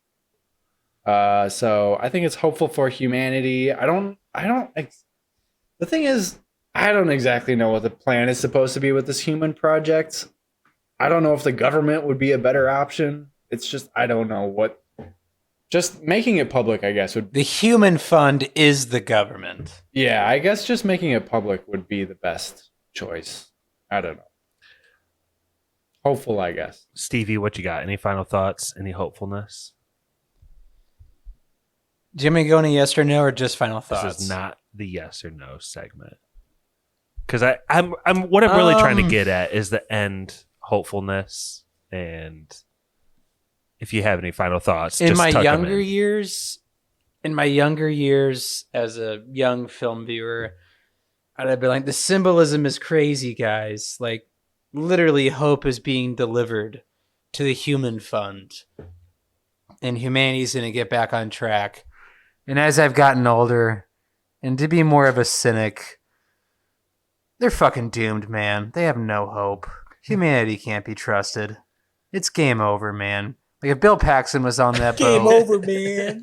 Game over, man. Like, no Like, hope. is anybody else getting pregnant, or is she the only one still? Like, I mean, maybe other pregnant people will much. come, like, out of the woodwork. But, like... humans' inherent nature is a lot of time just to be selfish, and without Clive Owen, I mean, Key would have the best intentions, but the people around her, I feel like she couldn't trust anybody. It would just be a mess. So I say no hope.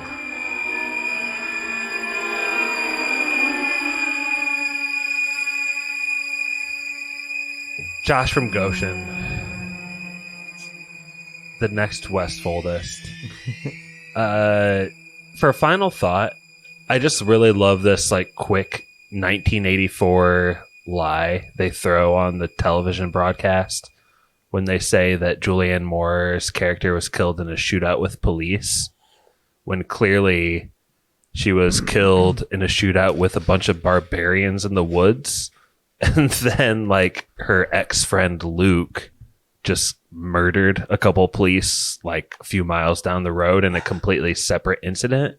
But it makes the cops that died look more heroic if they died in a shootout. Like, I don't know. Like, there's some little cool stuff in the writing like that I think is really cool. But anyway, as far as hope goes, maybe that points to it. Like, on the surface, in what this movie is telling us, I don't know if there is much. Like, even if they make it into this boat and they're trying to help, it's a big group of people. And what we've seen of a group of people so far in this movie with good intentions is the fishes. They like want rights for refugees, but when push comes to shove and people are vying for power, it just gets ugly. So how can George Costanza's Human Fund like avoid that? Kruger. I just don't see it happening. But if they are like a hospital, and like Brett said, it takes 20 minutes to bleed out after you pass out, I think maybe Clive Owen still has a fighting chance. And I love to think about that. Anyway, let's keep moving on. Who's next? I think it's me. Couple final thoughts. First one, because I really hope you play this music, Josh, but the song King Crimson that plays when Clive Owen pulls up to the rich guy's penthouse. In the court of the Crimson King. Mm-hmm. Yeah. Fucking slaps. Love that song.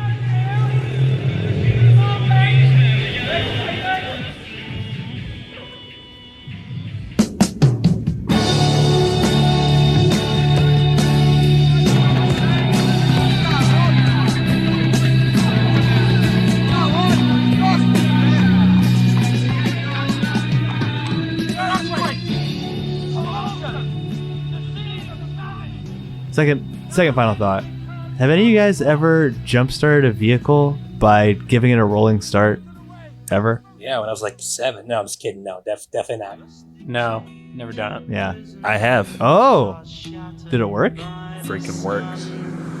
I walk a road, horizons change, the tournament's begun. The purple piper plays his tune, the choir softly sing. Lullabies in an ancient tongue for the court of the crimson. My parents showed me how. I had an old Ford Fairmont and the battery was dead. And Fairmont. We weren't able to get like a jump to it because like the hood and everything was so huge. Like we couldn't just we didn't have cords that reached to it. And my parents knew of this old trick where if you had a car that was rolling and you like put it in first gear and while it's rolling you let go of the clutch, the engine like catches. Like that can actually happen. Now, how would Miriam know to do this in 2027? Seems like an outside shot. But I have done that, Pap. It's a real thing.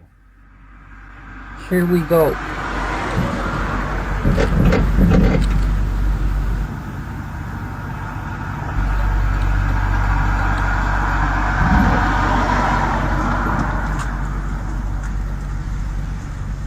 Car is rolling. Slowly bring out your clutch. Car is started up. Come to a stop, put it in neutral, pull your handbrake. There you go. How to start your car on a hill. I like that. I'm glad someone's done it. I'm also kind of with Stevie on some of the symbolism of this movie. Like, it's getting pretty close to "Did you get it?" territory when Clive Owen has like the alcohol the whole time, you know, and he's drinking, and then he goes to deliver the baby. Then he pours the alcohol in his hands. He's like, oh, like he's made this change. But I do like it. I mean, like Josh, there's a lot of details in this movie and the production design and everything that I do really appreciate. Last one, I think it's a pretty famous movie fact, but in that big shootout in the town or the camp or whatever it is, that big one shot when there's blood on the lens, that was a total happy accident. It was like their last take that they possibly had, and it was the only one that they got right, and they had blood on the lens. And I guess Alfonso Cuarón was like pissed at first, and then Clive Owen was like pumped. He's like, no, dude, this is awesome. And then it is awesome. It is awesome. Yeah, I love it. It's fucking sick. Oh, Alfonso Cuarón, he's not a director. He doesn't have the vision. He doesn't know. He is an auteur, sir. Definitely hopeful movie too, Josh. Like, I don't know. Whatever this human project is, they're like mythical. What's their boat called? Tomorrow or whatever. Yeah. Like, whatever. Sure. Happy. I like to choose it's a happy ending in my brain.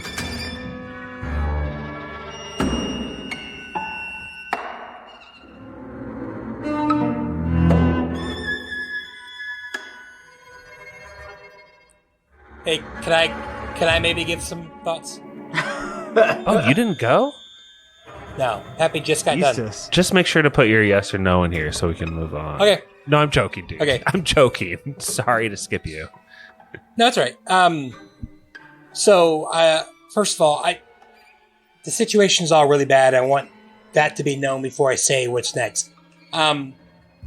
Before I say it's all bad, but we need to remember, though, that London does not have unlimited space or unlimited resources. So I'm not saying they're going about the refugee thing the right way, but when you think you're going to hunker down and just die and just wait for the world to end,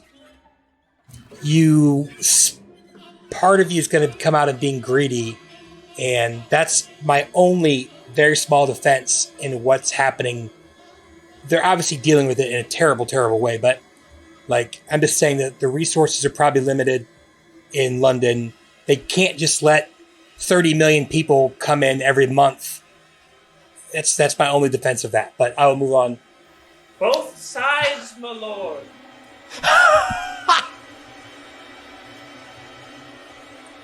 So another quick thing is I love Chiwetel Ejiofor, and I forgot that he used to be a really good bad guy, and he went through a pretty nice run in the mid 2000s. He was a bad guy in Serenity. He was a bad guy in Four Brothers, and he's a bad guy in this, and he's a good bad guy in all three of those movies. Four Brothers. Love Four Brothers. So also, lastly, I am a Oscar guy, so this was nominated for Best Original Screenplay, Best Cinematography, and Best film editing. So it lost in Best Original Screenplay, Adapted Screenplay, to The Departed. It lost Best Cinematography to Pan's Labyrinth, and it lost film editing to The Departed. I didn't know if you guys had any. That's a Yeah, I mean, editing to The I'm Departed. okay with the cinematography. That's a strange one. I'm okay with the cinematography. Because I think they're both similar. They're both dark and bleak at Pan's Labyrinth and that. So, but I mean, it's hard to not give it to The Departed because it won Best Picture. But yeah, I mean, they did nothing special cinematography wise in The Departed. Right? Yeah, no, it wasn't. They didn't lose the cinematography. It lost to Pan's Labyrinth. I mean, editing wise. Yeah, editing. Editing wise. I'll let you guys decide that. Is that for sure, Brett? I thought it lost to Crash for some reason. Different year. Okay. That was what won the Oscar for best symbolism? The rat in The Departed, or that's the best get it moment. When you're a rat for life. Pappy, can I defend that? They don't like the rat. No, they don't do a push and shot of the alcohol on his hands. No, or anything. Like it's pretty subtle. I do like it. No, I do like it. It kind of gets you because you think he's gonna drink. Sorry, Brett, you're in the middle of your. And no, it's. I mean, he should have taken a drink as well. That would have been fitting for the situation. I feel like. And finally, I would say Josh just getting hammered. Yeah, I would say it has to be optimism at the end because it's definitely more optimism than at the beginning of the movie, for whatever that's worth. So I think it's a little happy-ish. As long as they don't dissect the mother and the daughter to try to figure out what's different about them, which I think Stevie thinks will probably happen. I think the hope is there at least a little bit.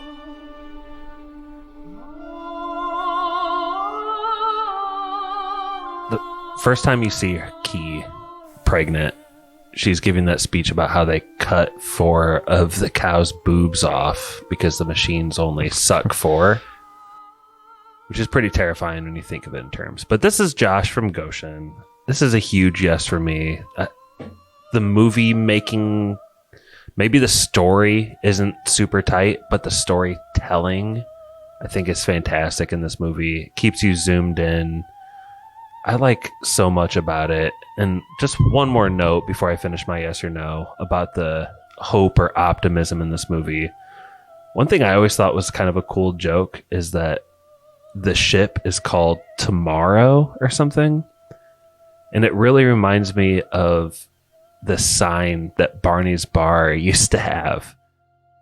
And it said, free beer tomorrow. And it's kind of a thing where free beer never really comes because it's always tomorrow. So classic Barney's Bar. I kind of think this movie would have been slightly better if it ended with a wide shot and maybe you see a shape that is or isn't a boat there. A UFO. It could be a UFO for sure. And that would be awesome. But that is the end of my yes or no. Let's do that westest to eastest thing. Mikey, give us a quick yes or no here before we get into the very exciting trivia that we have planned. It's a hard yes. Love this movie. I can't believe how well it holds up after all this time. Hey, in this situation, everybody is in favor of the Supreme Court's decision in this universe, I guess. Like, the things are bleak in this timeline, but I think it's, for me, it's always been like one of the best representations of like what could possibly happen if things got totally out of hand. Like, it's a great representation of a future apocalyptic situation, kind of like in the same vein as Blade Runner, where it's like people are still alive and surviving, but it's not great and things are really bad for some people. So I've always appreciated it for that. I've always appreciated it for the long one takes, and that's always made me honestly, I feel like this movie kind of like really got me into like, wow, there's like some awesome things movies are doing. Like, I don't know, just like I had never seen that before, and I was like so mind blown by like those scenes. So I just really appreciate this movie, and this is a super hard yes for me.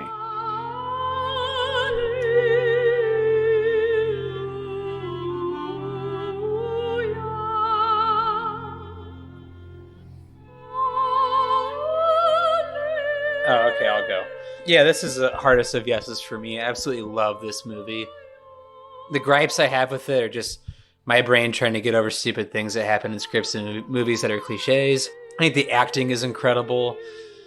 The movie making itself, like Mikey said, it's just so much fun to watch.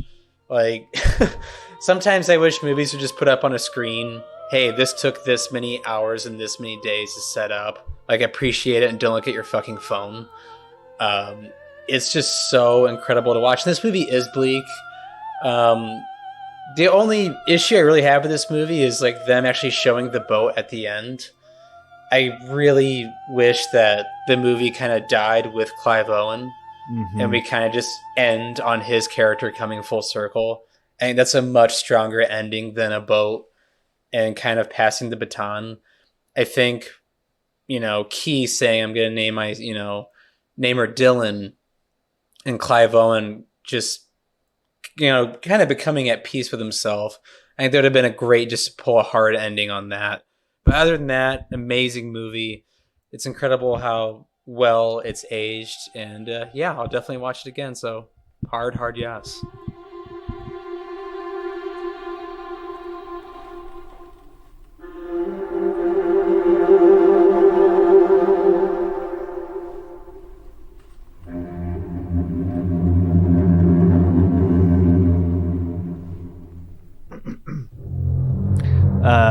This is Pappy. I'll definitely give it a hard yes as well. All of like the little nitpicking that we've done, I think all kind of boils down to what we've talked about being like refrigerator or icebox moments when you're like thinking about something way later. Like, I don't think any of those questions of the logic of the universe come up when you're watching Children of Men. It's really well paced, and I think those one shots do a lot to contribute to that. And it has a really challenging job of setting up what is this really cool premise, but there's a lot of information that it needs to dump on you. And I think it does a really good job of that for the most part, outside of like one or two exposition lines that we talked about. It looks awesome. It's thought-provoking, I'd even say. And I don't know. I feel like the commentary on like immigration and stuff is still interesting. And like I said, it feels very much also of its time in a lot of ways with the imagery of like the Iraqi prisoners who were tortured or like even just terrorist stuff. So definite hard yes for me. Fond memories of this movie going back. We'll watch it again like Stevie.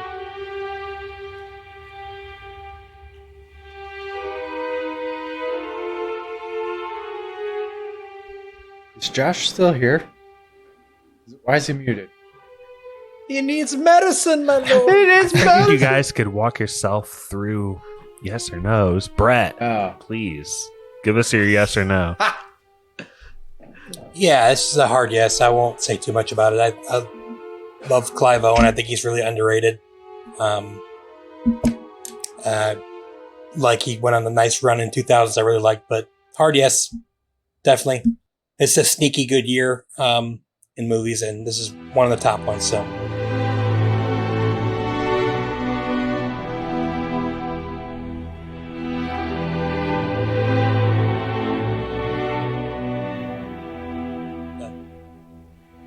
I love too, like the little mini run Clive Owen is on here with Sin City in this movie, 2005, 2006.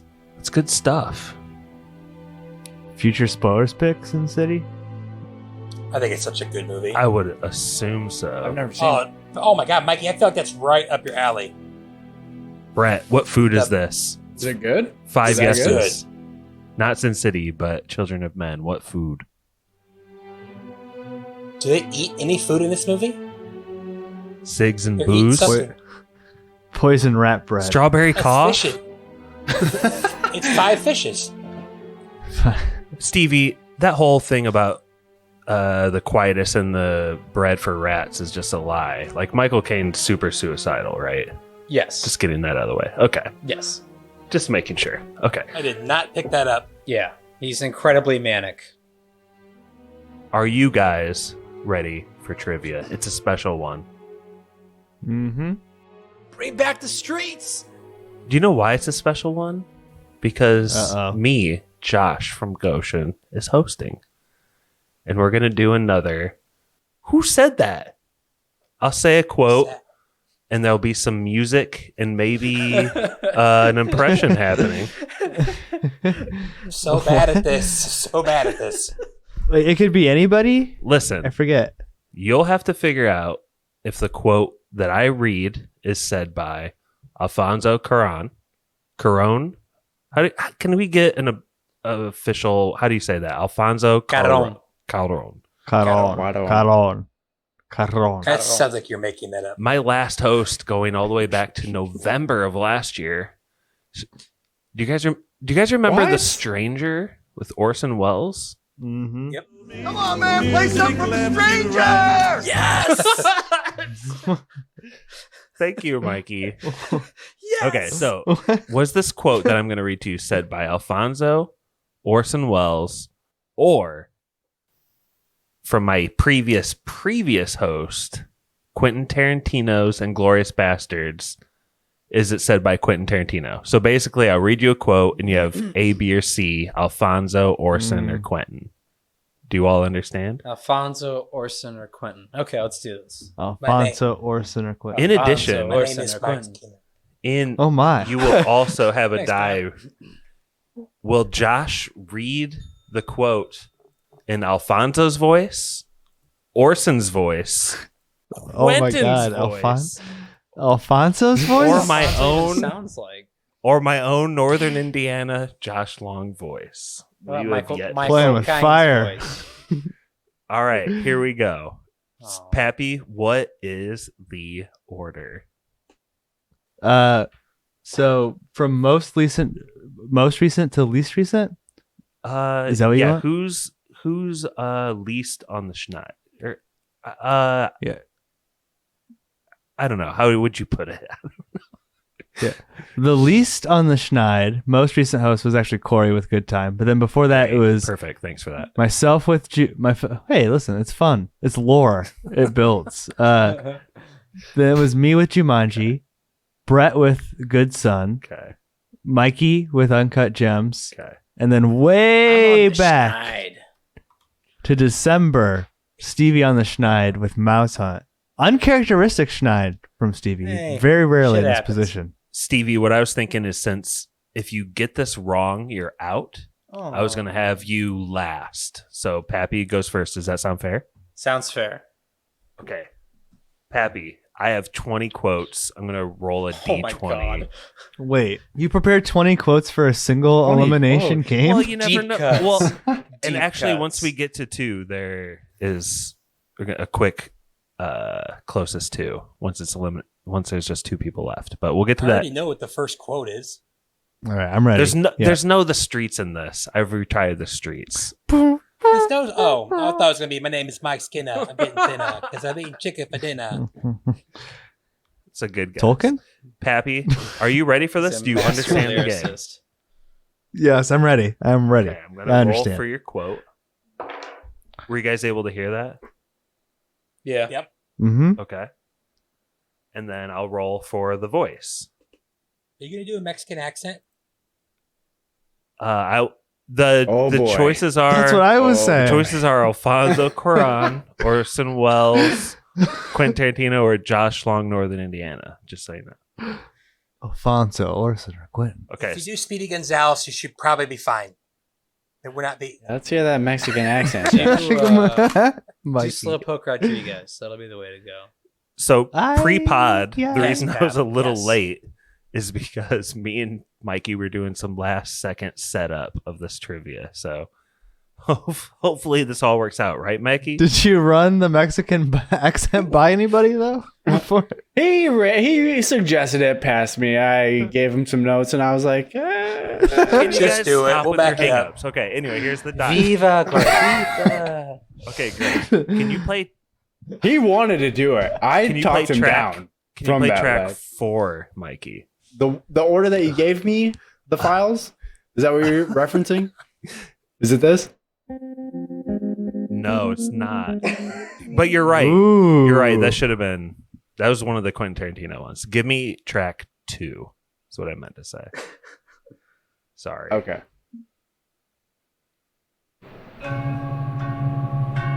Oh. I used to be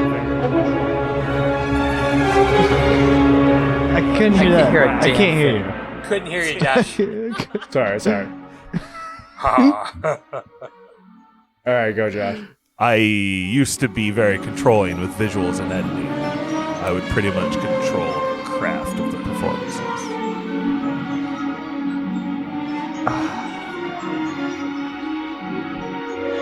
Orson?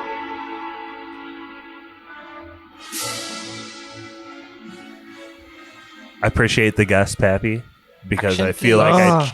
like I tricked you with the accent, but that was in fact Alfonso Cuarón. Are unfortunately eliminated. Crap, are we only going to get through 2 of these 20? Probably. Damn. Okay. Brett, you're up next. Are you ready for this? Yep. Okay, rolled for your quote.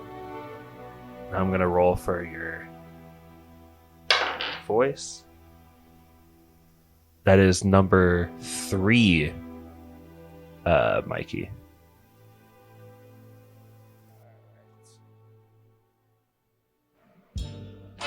Ooh, I like that. Mikey, that's not number 3. I'm.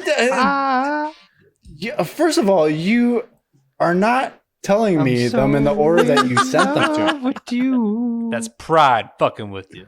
Is it this one? Yes.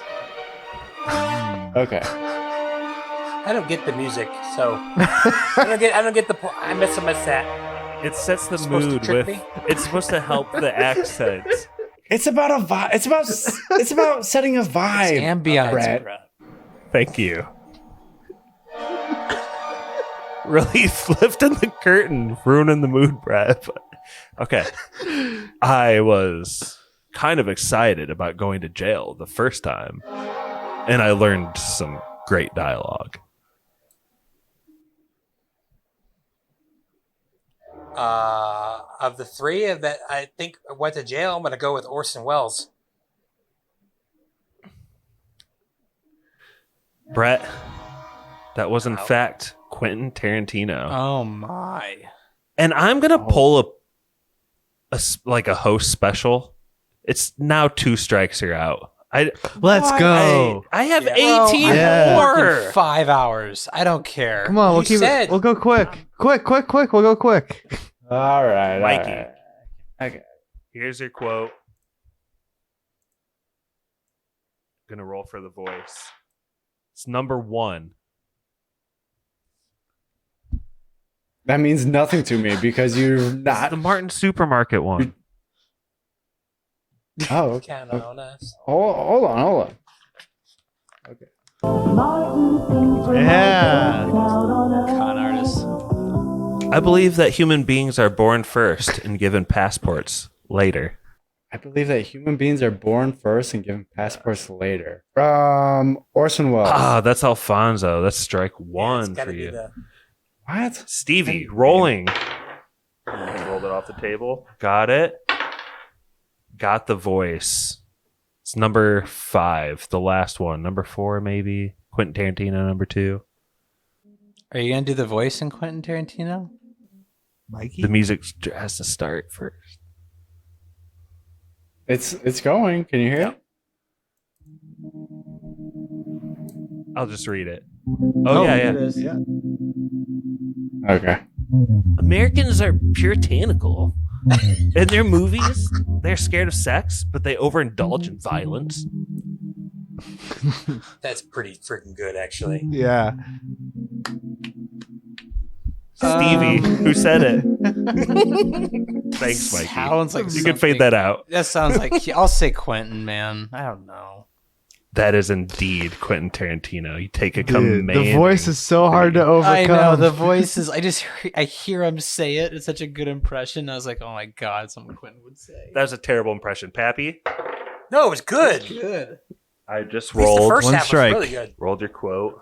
I need this to stay in the game. Play number 1, please. 1 is Martin Supermarkets, but Oh, right. don't Sorry, play sorry. it. I'll just read it. In my That's their holiday jingle. Fake is as They're old. they're paying us for this, right? Don't Sorry, go interrupt, ahead. Pat. I'm sorry. It's got to hit right after. Play it again, Mikey. God damn it. Jeez. Right. Okay, you got it, boss.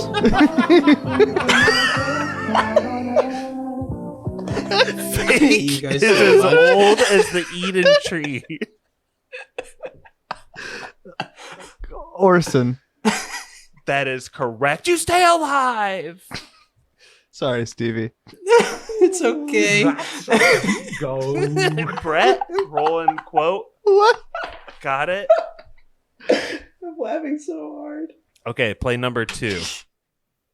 Please.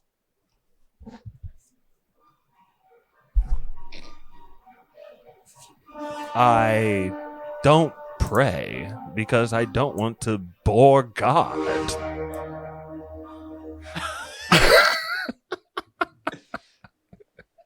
It's so hard to overcome. Was that your Orson voice or Cuarón? We We haven't haven't heard Cuarón Cuarón yet. I think he's scared. He's scared to do it, guys. Shut up. I'll do it. Text me.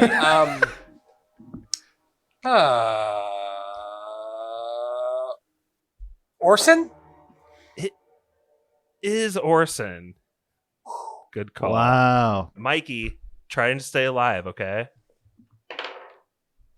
Cuarón, voice, Cuarón. It's number 2, please. Oh.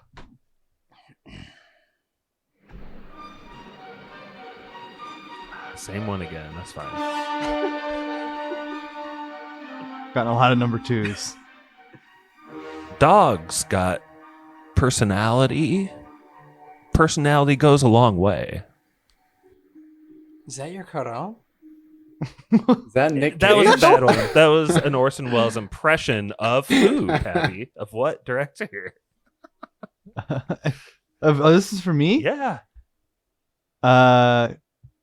Fuck, I don't know. Wait. No, this is for Mikey. Sorry. Yeah, it's for Mikey. Yeah. Okay. That was QT? It was. That's who I would have guessed. Okay, Stevie, to stay even keel with the rest of the field. Okay. That was number 20, actually. The last one. That gives you a clue. And I rolled a number 1.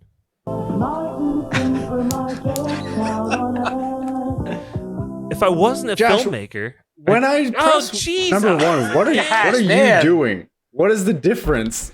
Why? What is the Martin supermarket accent? Is that just yours? Just my cue. God. What are you...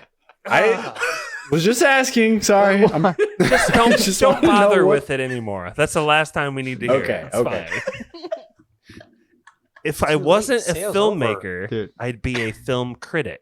It's the only thing I'd be qualified to do. Cuarón. It was QT. Okay, guys. This is a do or die round. Pappy. Back to where we started. Yep. Indeed. I rolled your number. Not going to say the numbers of them anymore. And I got number 3. Haven't had this one yet, I don't think. Let's go. Okay. Sorry. Hold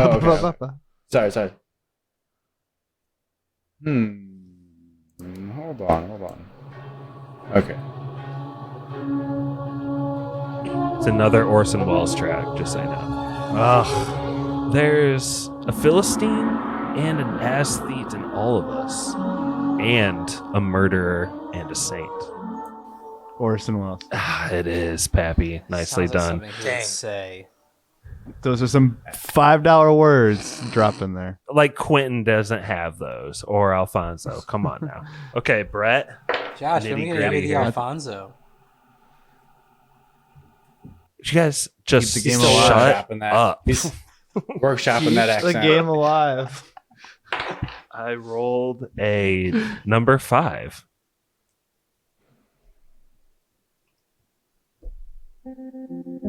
If there hadn't been women, we'd still be squatting in a cave eating raw meat because we made civilization in order to impress our girlfriends. Quentin Tarantino. Brett, the impression got you. It's Orson Welles. God, what? That's hard to overcome. He said that? I would have, yeah. Hard to overcome the accent. Mikey, staying alive here. Okay. Play number 1. Yes. Yeah. Cautionary tales were fantastic in the 70s.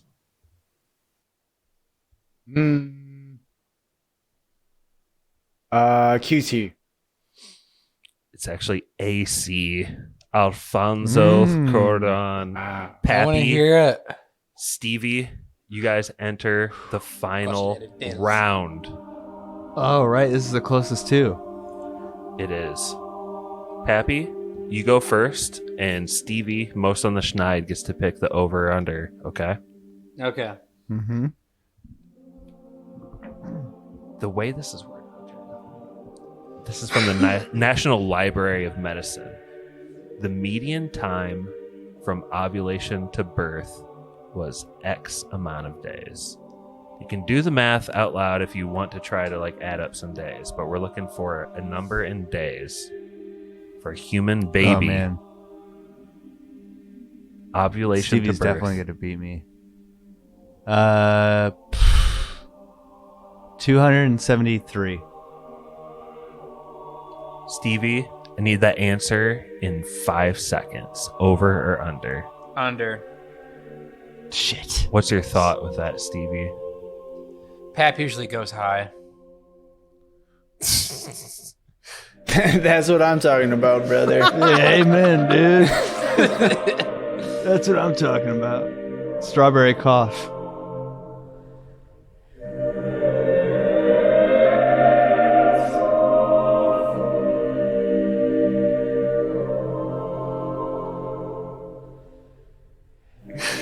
The median time for a human to go from ovulation to birth is 268 days.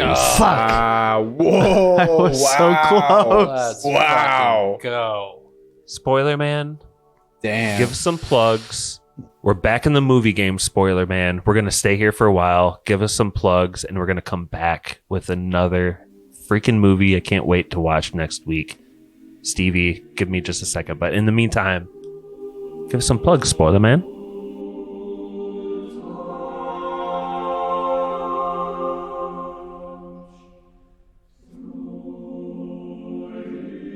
Our email is podcastspoilers@gmail.com. Twitter is @spoilers_pod.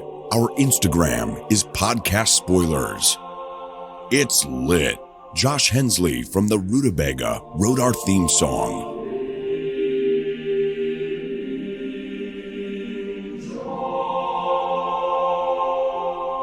You got a movie, Stevie? I do have a movie, and this was Pappy's idea. Oh. Pappy's idea. Okay. You guys ready to come back anytime? Mm-hmm. Ready. In a bit. What? I said, and we're back in a great Ben Affleck impression. I've been doing great impressions all night. Stevie, I'm so glad to pass the baton off to you. I'm kind of jealous with how much you win trivia and how much I hate trivia. So just take it easy on trivia. I haven't hosted since December, bro. He was on the schneid. Just be generous with trivia. Don't make us all look dumb, okay? But anyway, please. Trivia is going to be an absolute shithousery fest when we do it next. Objective trivia, best Michael Alfonso Cuarón. Alfonso Cuarón would be great. There was no option for me to ever do his accent. Like, that just wasn't going to happen. So I was just waiting to hear Viva Gordita. Take the movie and also pass it to Spoiler Man. The rest of the podcast is yours. All right, buddy? Okay, thanks. I appreciate it, Josh. And by the way, great host tonight. This movie isn't the easiest to navigate, so great host. Pap, don't say anything. We'll just leave it until we do it. I'm going to do a movie that I've never been particularly fond of. I find it very annoying when people say it's amazing. I just don't see it. We're going to do a movie that I've never really cared for, and that is Memento. Ooh, some early Nolan. Yeah, we're going to do a movie that I just don't think is that great. So we're going to do Memento. Only seen it once, so. Yep. Excited to watch it. Yeah, it's a tad gimmicky. So, I am excited for that. Josh, do I have permission to kick it off to spoilers, man? All the permission in the world. It's going to be a very interesting pod, let's put it that way. Josh, amazing host. To all of our listeners, thank you for listening. Pat, what do we got going on next? We're going to do a movie game or anything else coming out before that? We've got like 2 more Patreon picks to do, and then just movie game for a while. Let's go. And on that note, that was spoilers. And take it away, spoilers, man.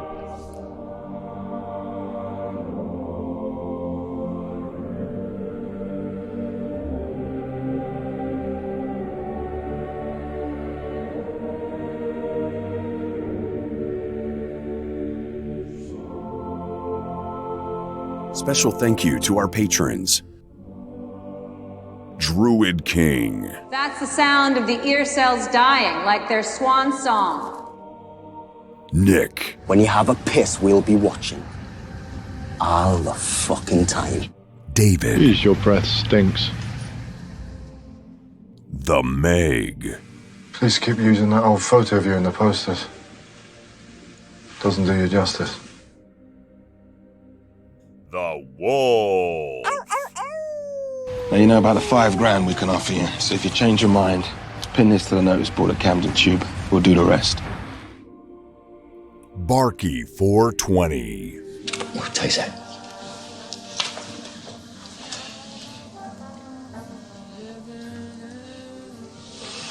Cough. Cough. Cough.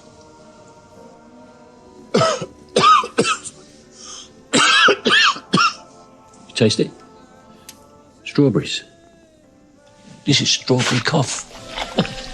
That troll. You kill me. 100 years from now, there won't be one sad fuck to look at any of this. What keeps you going? Davy Kerr.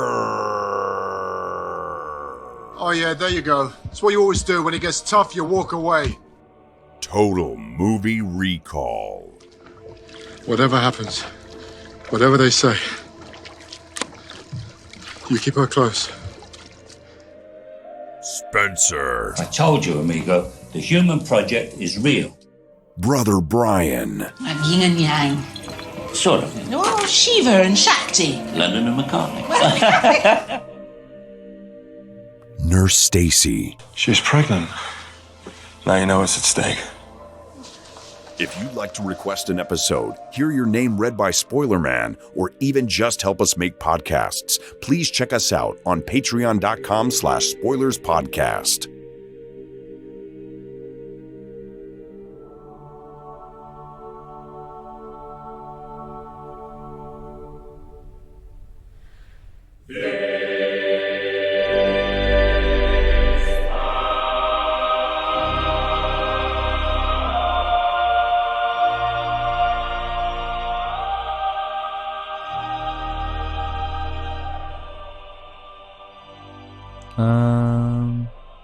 What is children? Why don't they ever say why it's called Children of Men? Because women can't get pregnant in the book.